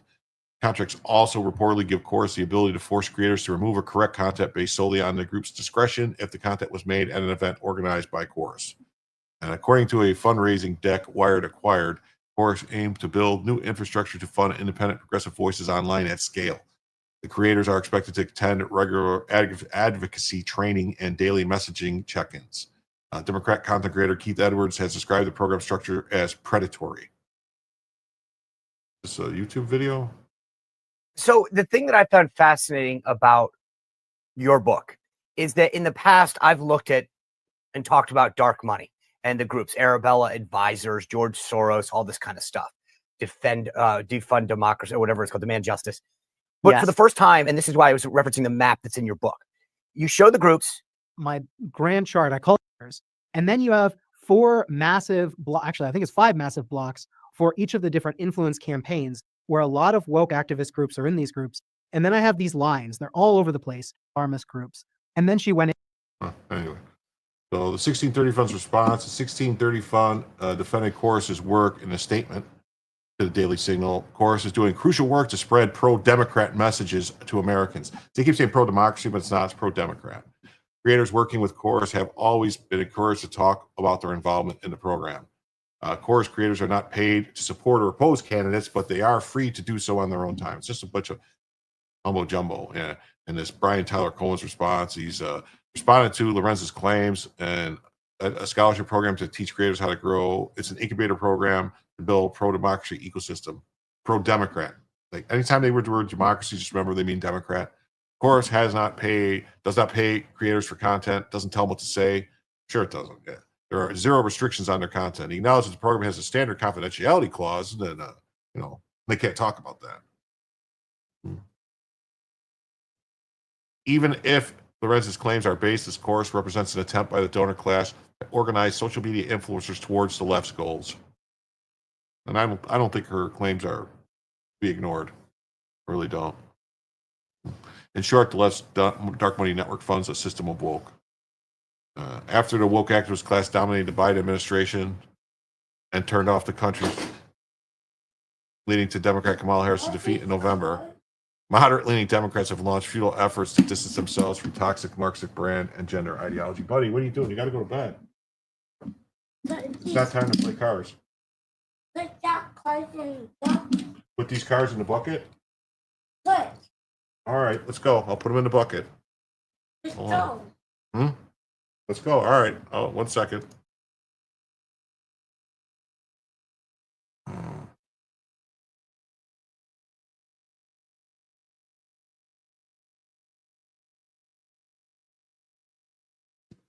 What's his name? Roger Stone supposedly lied to Congress, and they raided his house at 5 o'clock in the morning with a SWAT team and people with all armed and stuff with boats on the water and everything all crazy. So it just kind of depends on who you are. I'm surprised. Like, I'd like to see, a metal box or aluminum foil would also work. Trumpinator, sure, stuff like that. But I would like to see some of these arrests happening now. Like, if they did all this stuff back then, all the raids and the, early morning raids on people's houses and different things, that it should be done now to these other people who did the same things. I mean, it should be equal, equal lefts, equal rights, it says, or never suffered any consequences for advancing the phony Trump-Russia narrative and attempting to cover up her involvement in the hoax. The DOJ's inaction on Ellie Orr's criminal referral, despite the obvious incriminating evidence provided in the FBI's own analysis, undermines public trust in the rule of law. I might say so. The analysis was released after Chuck Grassley requested FBI Director Kash Patel to declassify the mostly unclassified analysis. That the lady who wrote this name is Brianna Lehman. She's an elections correspondent at the Federalist. She graduated from Fordham with a degree in international political economy and all this good stuff. So there's that story. And then there's a follow-up story on this from the Federalist, and talking about how there's a new story. It's the same kind of topic, but transferring into this. It's the new docs reveal how FBI insiders buried evidence of Spygate crimes, which is the Spygate was the spying on the Trump campaign and the stuff they did, which leading up to the election in 2016, which, I don't know if everyone remembers, but they were spying on the Trump campaign using FISA warrants, something that had never, I shouldn't say never been done, because I'm pretty sure that back in the 60s that they were spying on each other pretty heavy, that LBJ was listening to Nixon, and that Nixon was obviously listening to other people, and then probably continued all the way into the 80s. Who knows? No, I can't imagine. I mean, George H.W. Bush was head of the CIA up until he became vice president, so he was probably spying on people. Yeah, they're all spies. Who knows? They're all listening. So.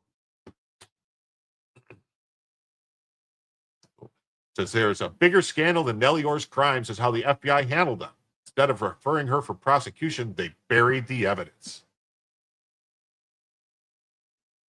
Nellie Orr isn't a new name in the Russiagate saga, but newly released documents from Senator Chuck Grassley's office shatter the fiction that she was just a low-level researcher and reveal her as a key conduit between Clinton operatives. The DOJ and the FBI, the documents, also pull back the curtain on the darker truth. An eternal black hole FBI system designed not just to restrict access to sensitive Russiagate documents, but to bury them so completely that even FBI agents tasked with finding them wouldn't know they existed. That's some serious business right there. Let's do this. Let's share this tab instead. Go back to this.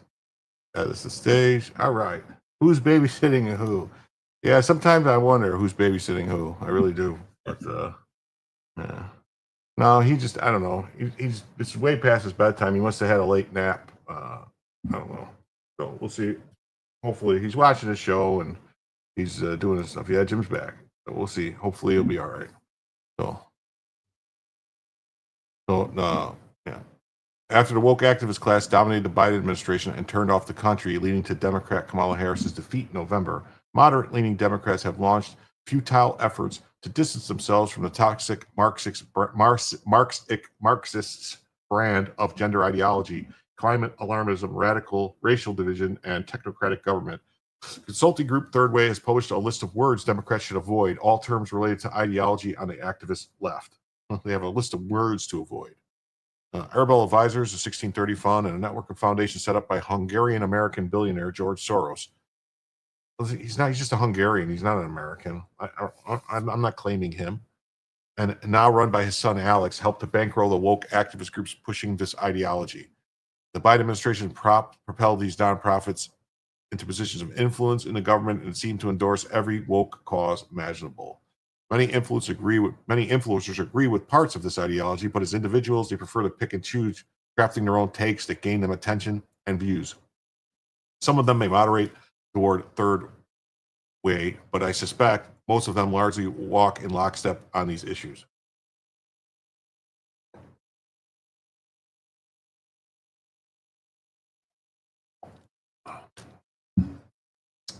I can't believe I'm saying all this, but I'm grateful to Taylor Renz for exposing this move. I hope many left-wing influencers notice it for what it is. For far too long, the left has acted as though the only dark money activism is on the right, with the likes of Charles Koch and Leonard Leo. In reality, the left's dark money network is larger, partially because the left represents the party of America's woke elites. The more left-leaning influencers wake up to the dark money on the left and realize this attempt to co-opt their voices, they won't start supporting Trump, but they might think twice about the institutional structure that upholds the woke ideology.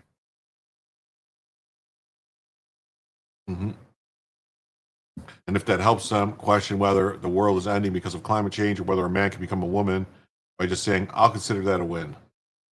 Oh God. All right, I want to see this. This is Kimberly Guilfoyle. I don't know what's happened to her. She looks. Now, a Democrat consulting group called Third Way put out a memo listing words Democrats should stop using. The list includes words like privilege, systems of oppression, and pregnant people, among many others. What does this tell you? Yeah, I mean, I think this tells me that some people on the left really do understand just how much of an albatross these woke policies are around the necks of the Democratic Party. But I have no confidence that they're going to actually listen to this memo. I mean, the people who are driving the Democratic Party right now, you have Gavin Newsom, who's at the forefront of pretty much everything. And then you have Mamdani, and you have many people out there who are just doubling down on woke. Even Abigail Spanberger here in Virginia, she's running for governor, and she's endorsed by the Human Rights Campaign. And she's not leading on LGBT issues, but she's not running away from them either. And this is happening in the midst of a big scandal in Loudoun County, where there were boys who were punished for the fault of acknowledging that there was a girl in the boys' restroom. And this girl was filming them, and then against the policy of Loudoun County, when that film gets drawn out to the spotlight, the school goes after the boys who complained in the boys' locker room, not against the girl who filmed them in violation of Loudoun's policies. And so this is drawing an exclamation mark on these woke policies. And, it's making Virginians look at the situation and say, I thought in 2021, some of these issues were addressed, and now they're rising up again to the surface. But this is all of a piece, because the modern Democratic Party is full bore on woke. And that's partially because all the activist groups that support them, the unions that fund them, the activist groups that set the agenda. That was actually Don Jr. that was engaged to her until he realized that she's like older than they are all she's like on these she's like issues, almost 60. and I think 58, not 59, going to give 60. them up. Don So Jr. I Third think Way is can say 51. until they're blue in the face. If And that, by the maybe way, 48. Third Way is He might be in his correct in 40s. that the Democrats need to move away from this woke orthodoxy. But That's crazy. So that's going on there with that. And then and this story I thought was very interesting. It says that the Secret Service counter snipers team is drastically understaffed, putting protectees' lives in danger. Well, gee, we kind of knew that when Trump got shot, right? That there was a problem. Well, they were in on the assassination attempt. This is not an accident or a mistake. What? Yeah, Botox lips. Yeah, she was also married to Gavin Newsom at one time, so also that,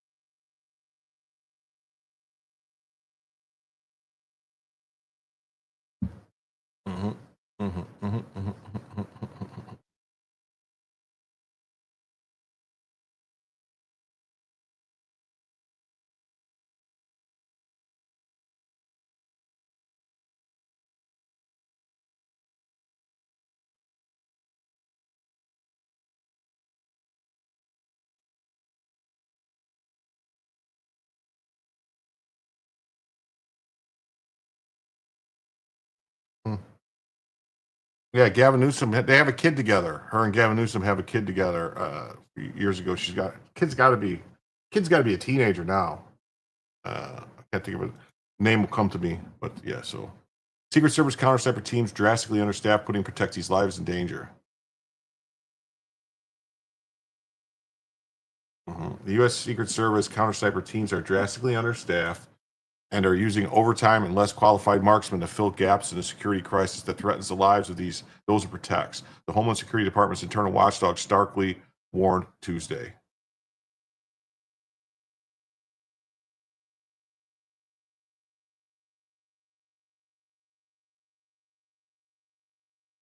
The report released by Inspector General Joe Kafari in the latest signal that the agency that protects the president and vice president is still dealing with legacy shortcomings and strategic failures that were first exposed by the assassination attempt on President Trump in July 2024 in Butler, Pennsylvania. The Secret Service counter-cyber team is staffed 73% below the level necessary to meet mission requirements. The report starkly warned failure to appropriately staff CS could limit the Secret Service's ability to properly protect our nation's most senior leaders, risking injury or assassination and subsequent national level harm to our country's sense of safety and security.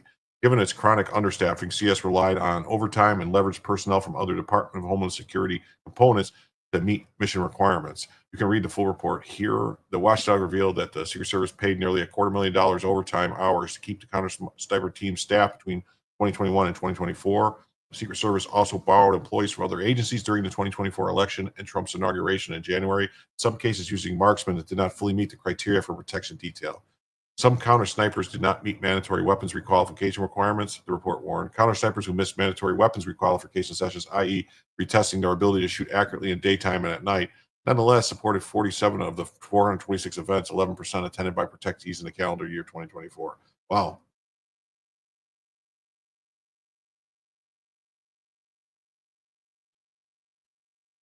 From what I read, Kimberly and Gavin did not have any children together. Kimberly has a son, Nico, and a husband, Eric. Okay, so then she was married again after Gavin and had a kid with that person? All right, I thought it was Gavin Newsom. How many times has she been married, Salty C? 3 times? Report included a response from the Trump-run Secret Service saying it agreed with the findings and was working to fix the personnel shortage quickly. I'm sure they could get snipers from the... Yeah. And then on that note, we had insurrection in the Capitol today. We have Republicans are demanding the arrest of these liberal attention seekers, including Don Lemon.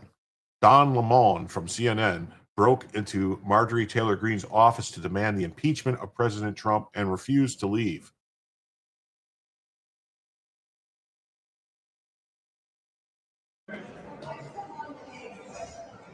After you. Come on. After you. She was married about 17 times? Really? Wow. She's not available right now. I'm so sorry. Is she in? You guys can contact the office at a different time if you would like a meeting with the congresswoman. Can we leave word for her? Sure. Wow, look at this insurrection. This is just as bad as January 6th. They should all be in jail. Impeached and out of office. Wow. My name is Carlos Alvarez Arantes. I'm the founder of American Opposition. I'm sure you've seen the protests on the streets and the Tesla boycott and all of that. Oh, so it's part of the Tesla boycott and all that stuff? Okay. This is Jessica Benson with the removal commission. So I'm going to have to ask you to stop recording. This is a private office. Yes, and we're here to see the congresswoman. You're not residents of our district and you haven't requested. Yes, well, we're here requesting a meeting. Well, again, your group is still recording. Okay. They're insurrectionists. Arrest them all. Start beating them about the head, neck, and chest area with a wooden stick. We can get her or be in touch with you back. No, I don't. Get out now. I mean, we're here. Boy, Marjorie Taylor Greene's assistant sounds a little gay. I'm the founder of American Opposition. Just a little. I'm gonna have to go. Protests on the streets. So I'm a corporate Trump supporter and staff. She's the woman that got the non-disclosure agreements with Donald Trump's non-disclosure agreements. And this is Don Lemon, and we're here visiting, and we'd like to let her know that we are. There are ways that you can request an interview with the congresswoman and bombarding our office. Oh no, we're not bombarding. We're not bombarding. We're very. Yeah, you are. You barged in all crazy. Yeah, American citizens. We can I'll reach out to our communications. And what's your Can name? I get one, please? What's your name? I don't. You don't. Yeah, you work for us.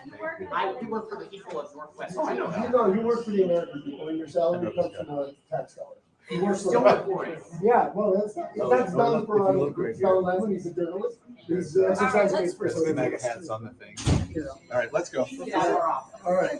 This is the people's house. Yeah, you guys. Oh, it's the people's house now. Now it's the people's house. Now it's the people's house. On January 6th, it wasn't the people's house. It was Congress's house. And anybody who came in there was an insurrectionist need to go to prison forever. Yes, you can take a picture of anywhere you want. I'm gonna get out of there. Coming here, it's not worth it. Coming here. Because honestly, you wouldn't identify yourself. No. All right, it's crazy. They were allowed to breach security and do this. They should all be arrested immediately. Oh! Look, it's an insurrection. Look at them. It's an insurrection. It's an insurrection. Look at them all. The insurrecting. Wow.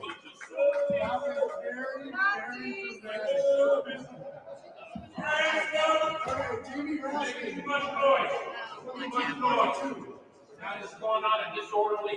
You got people in offices trying to work. So you just can't make that kind of noise. Please slam the door on us. Thank you for your cooperation. You're very welcome, sir. We won't Quiet down. Thank you. Thank you very much. Thank you. Can you get this from Representative Raskin's office? Representative Raskin?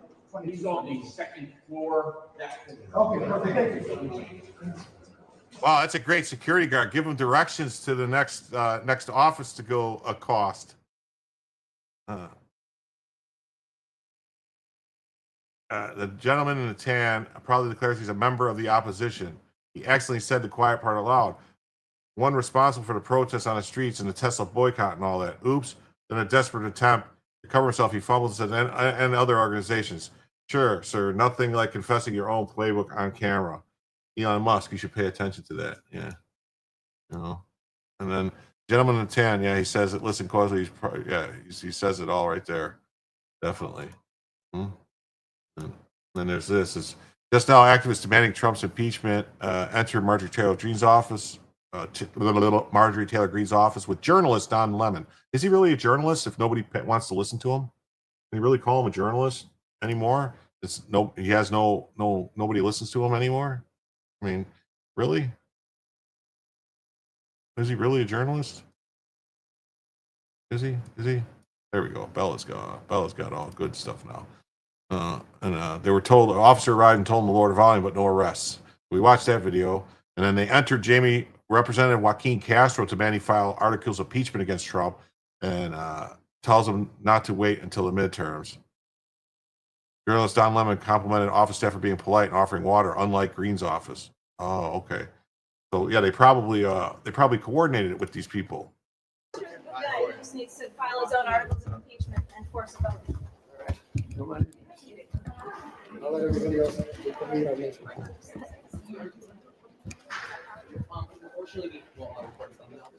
You guys let the door go.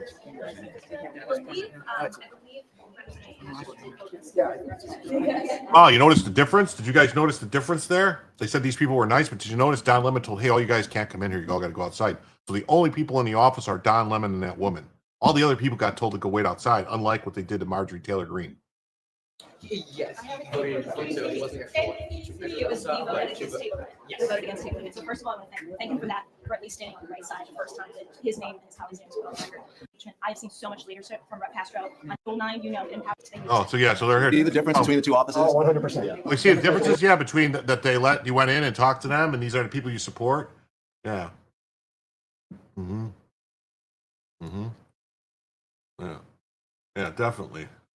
Yeah, and so you went in, and then the anti-Trump activist slide flyers showing President Trump with Jeffrey Epstein under the door of Congressman Marjorie Taylor Greene. Oh yeah, look, there's more of the same people. Oh yeah, look at them. Wow, this is insurrection. This is insurrection. Look at them. They're insurrecting.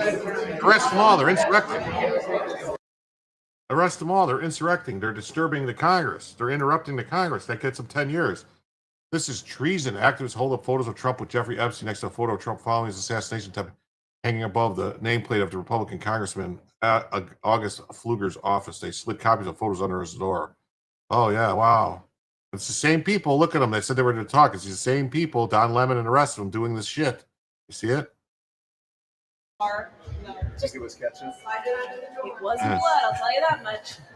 Oh, it wasn't blood. Look at it. You hear that? Don Lemon and these people are saying it wasn't blood that he was shot with. It was ketchup. Did you fucking hear that?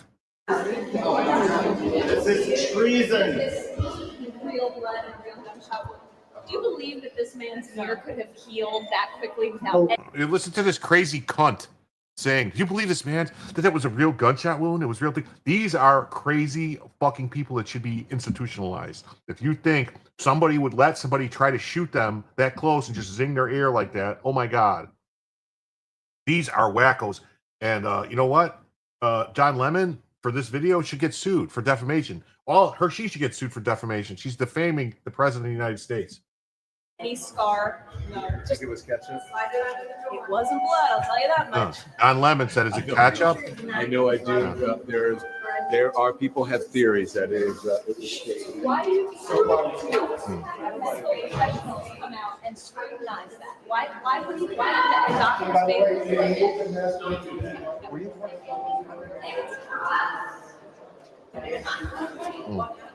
Yeah.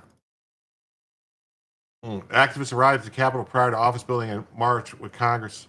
Oh, yeah, these are people marching with Congressman Al Green to this wacky fuckface. Yeah. So yeah, these people, they are clearly just Democrats, and they're trying to say this other shit. So they admitted that Democrats are behind so Elon Musk should be fully aware that These are the people that are behind the attacks on the Teslas.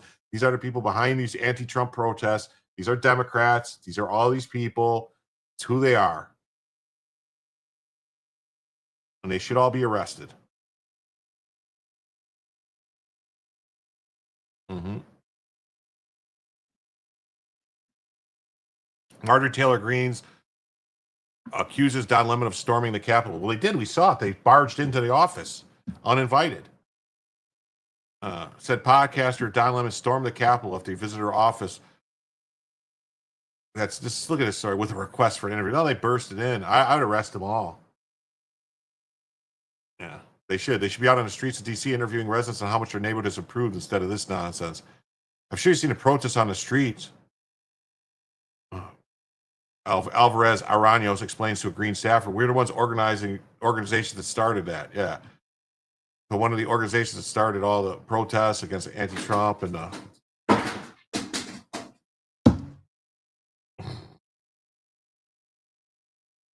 anyway, I'm gonna try. As soon as Joe gets going live, I'm gonna send everybody over there because I'm gonna have to. I'm not gonna be able to go long tonight. So, and we're a group of citizens, and that's what they say. So let's go. Let's see another story. Says right here. So this guy says, "Yo, they entered the office of Joaquin Castro following demands. He files article to impeach him. Tells him not to wait. Don Lemon complimented the office staff for being polite and offering water. Yeah, I saw him. You know, I don't know. I'm starting to really think this Ford Fisher guy is just a leftist. That's why he's able to do all this stuff. Now we got this story. The Pentagon authorizes up to 600 military lawyers to serve as temporary immigration judges, according to a memo reviewed by the AP. Mm-hmm.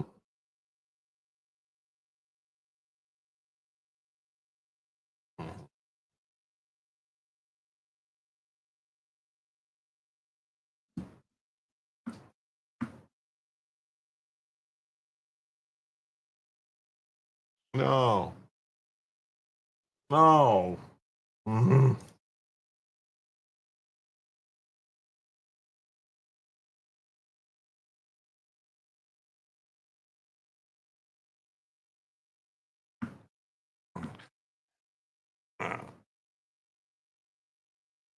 Defense Department will send 600 military lawyers to the Justice Department to serve as temporary immigration judges to resolve millions of backlog cases, according to a memo.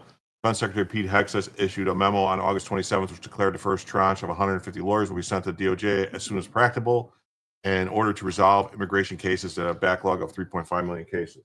What are you doing, buddy? I lost that thing. You lost a binky? All right.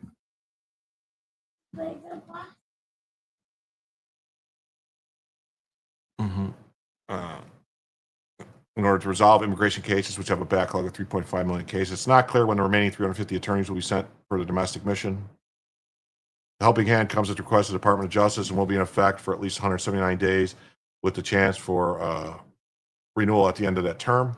There's currently roughly 600 immigration judges adjudicating the massive backlog of cases, meaning the Defense Department influx would double the ranks of the DOJ roster of immigration immigration judges. Mm-hmm. A White House official told the Associated Press that resolving immigration cases should be a priority that everyone, including those waiting for adjudication, can rally around. Shuffling comes on the heels of the Trump administration being temporarily blocked from swiftly deporting illegal migrants from the U.S. All right, hold on one second. I gotta go see what he's doing.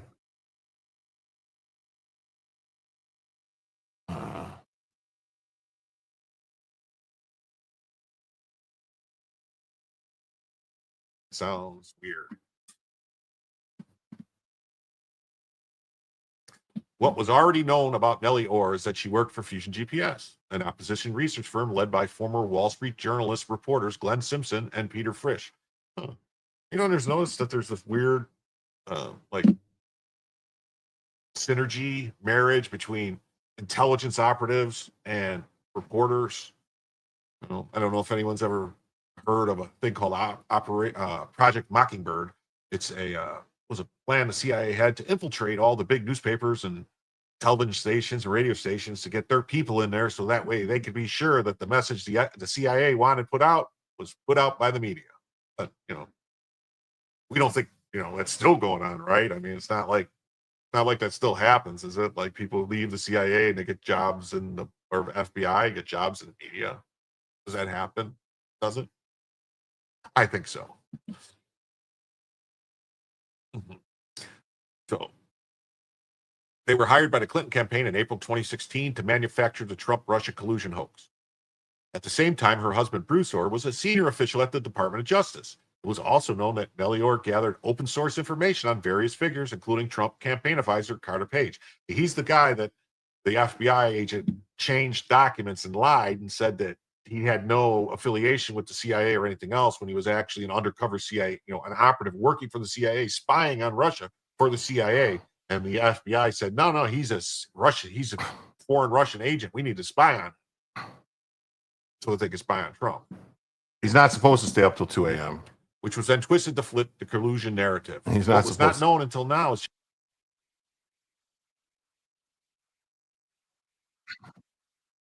He's not supposed to stay up till 2 a.m. He's supposed to be in bed. Problem is that he was trying to wash his binky off in the sink, and my water, I have an Insta-Hot under the sink, so if I didn't want him to burn himself, so I had to get out. I knew that's what he was doing. He pulls himself up in the sink, and it'd be bad news if he didn't want to burn himself. So I don't know.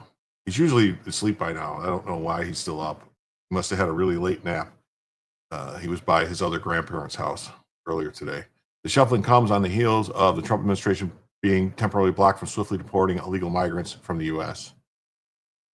DC-based District Judge Gia Cobb, a Biden appointee, stated that migrants living in the country illegally for less than 2 years need to be afforded due process as the Trump administration seeks to qualify this group for expedited removal. No, I think of people who've been here for a short period of time, that's actually the people that can be expedited removal. No, he doesn't drink Red Bull. No, he doesn't even drink pop or nothing like that. Activist judge's ruling ignores the president's clear authority on both Article 2 of the Constitution and the plain language of federal law. Department of Homeland Security official told the Post at the time of the ruling, President Trump has a mandate to arrest and deport the worst of the worst. We have the law, facts, and common sense on our side. Oh, that's true. The same story basically from the AP. Pentagon authorizes up to 600 military lawyers to serve as temporary immigration judges. Yeah, something, either a little extra sugar over there or a real late nap. He's not supposed to, not one of my 5 children were ever in sync. Thank God they made it to adulthood. No, they have children. Yeah. You can't let him have a nap after 1 in the afternoon. If he doesn't take a nap before 1, you can't let him have a nap. If he has a nap after 1, late in the afternoon. Yeah. Yes, he has a mandate to deport them all. That's the mandate I gave him. Deport every one of them. Deport every single one of them. So, anyway. Yeah. So, I don't know. Well, Joe is supposed to be going live, everyone. Out here. Oh, we'll do this real quick. This is how it started versus how it's going. Arrested. Bobby Nunez is now under arrest for brazenly towing an ICE vehicle. He is charged with theft of government property. Apparently, he thought it'd be funny to interfere with our immigration enforcement operations. Now he can laugh behind bars while he faces justice. Nunez is looking at up to 10 years in federal prison if convicted. But yeah, this is the guy who was doing the towing the ICE vehicles, and then this is him getting arrested. He thought it was funny.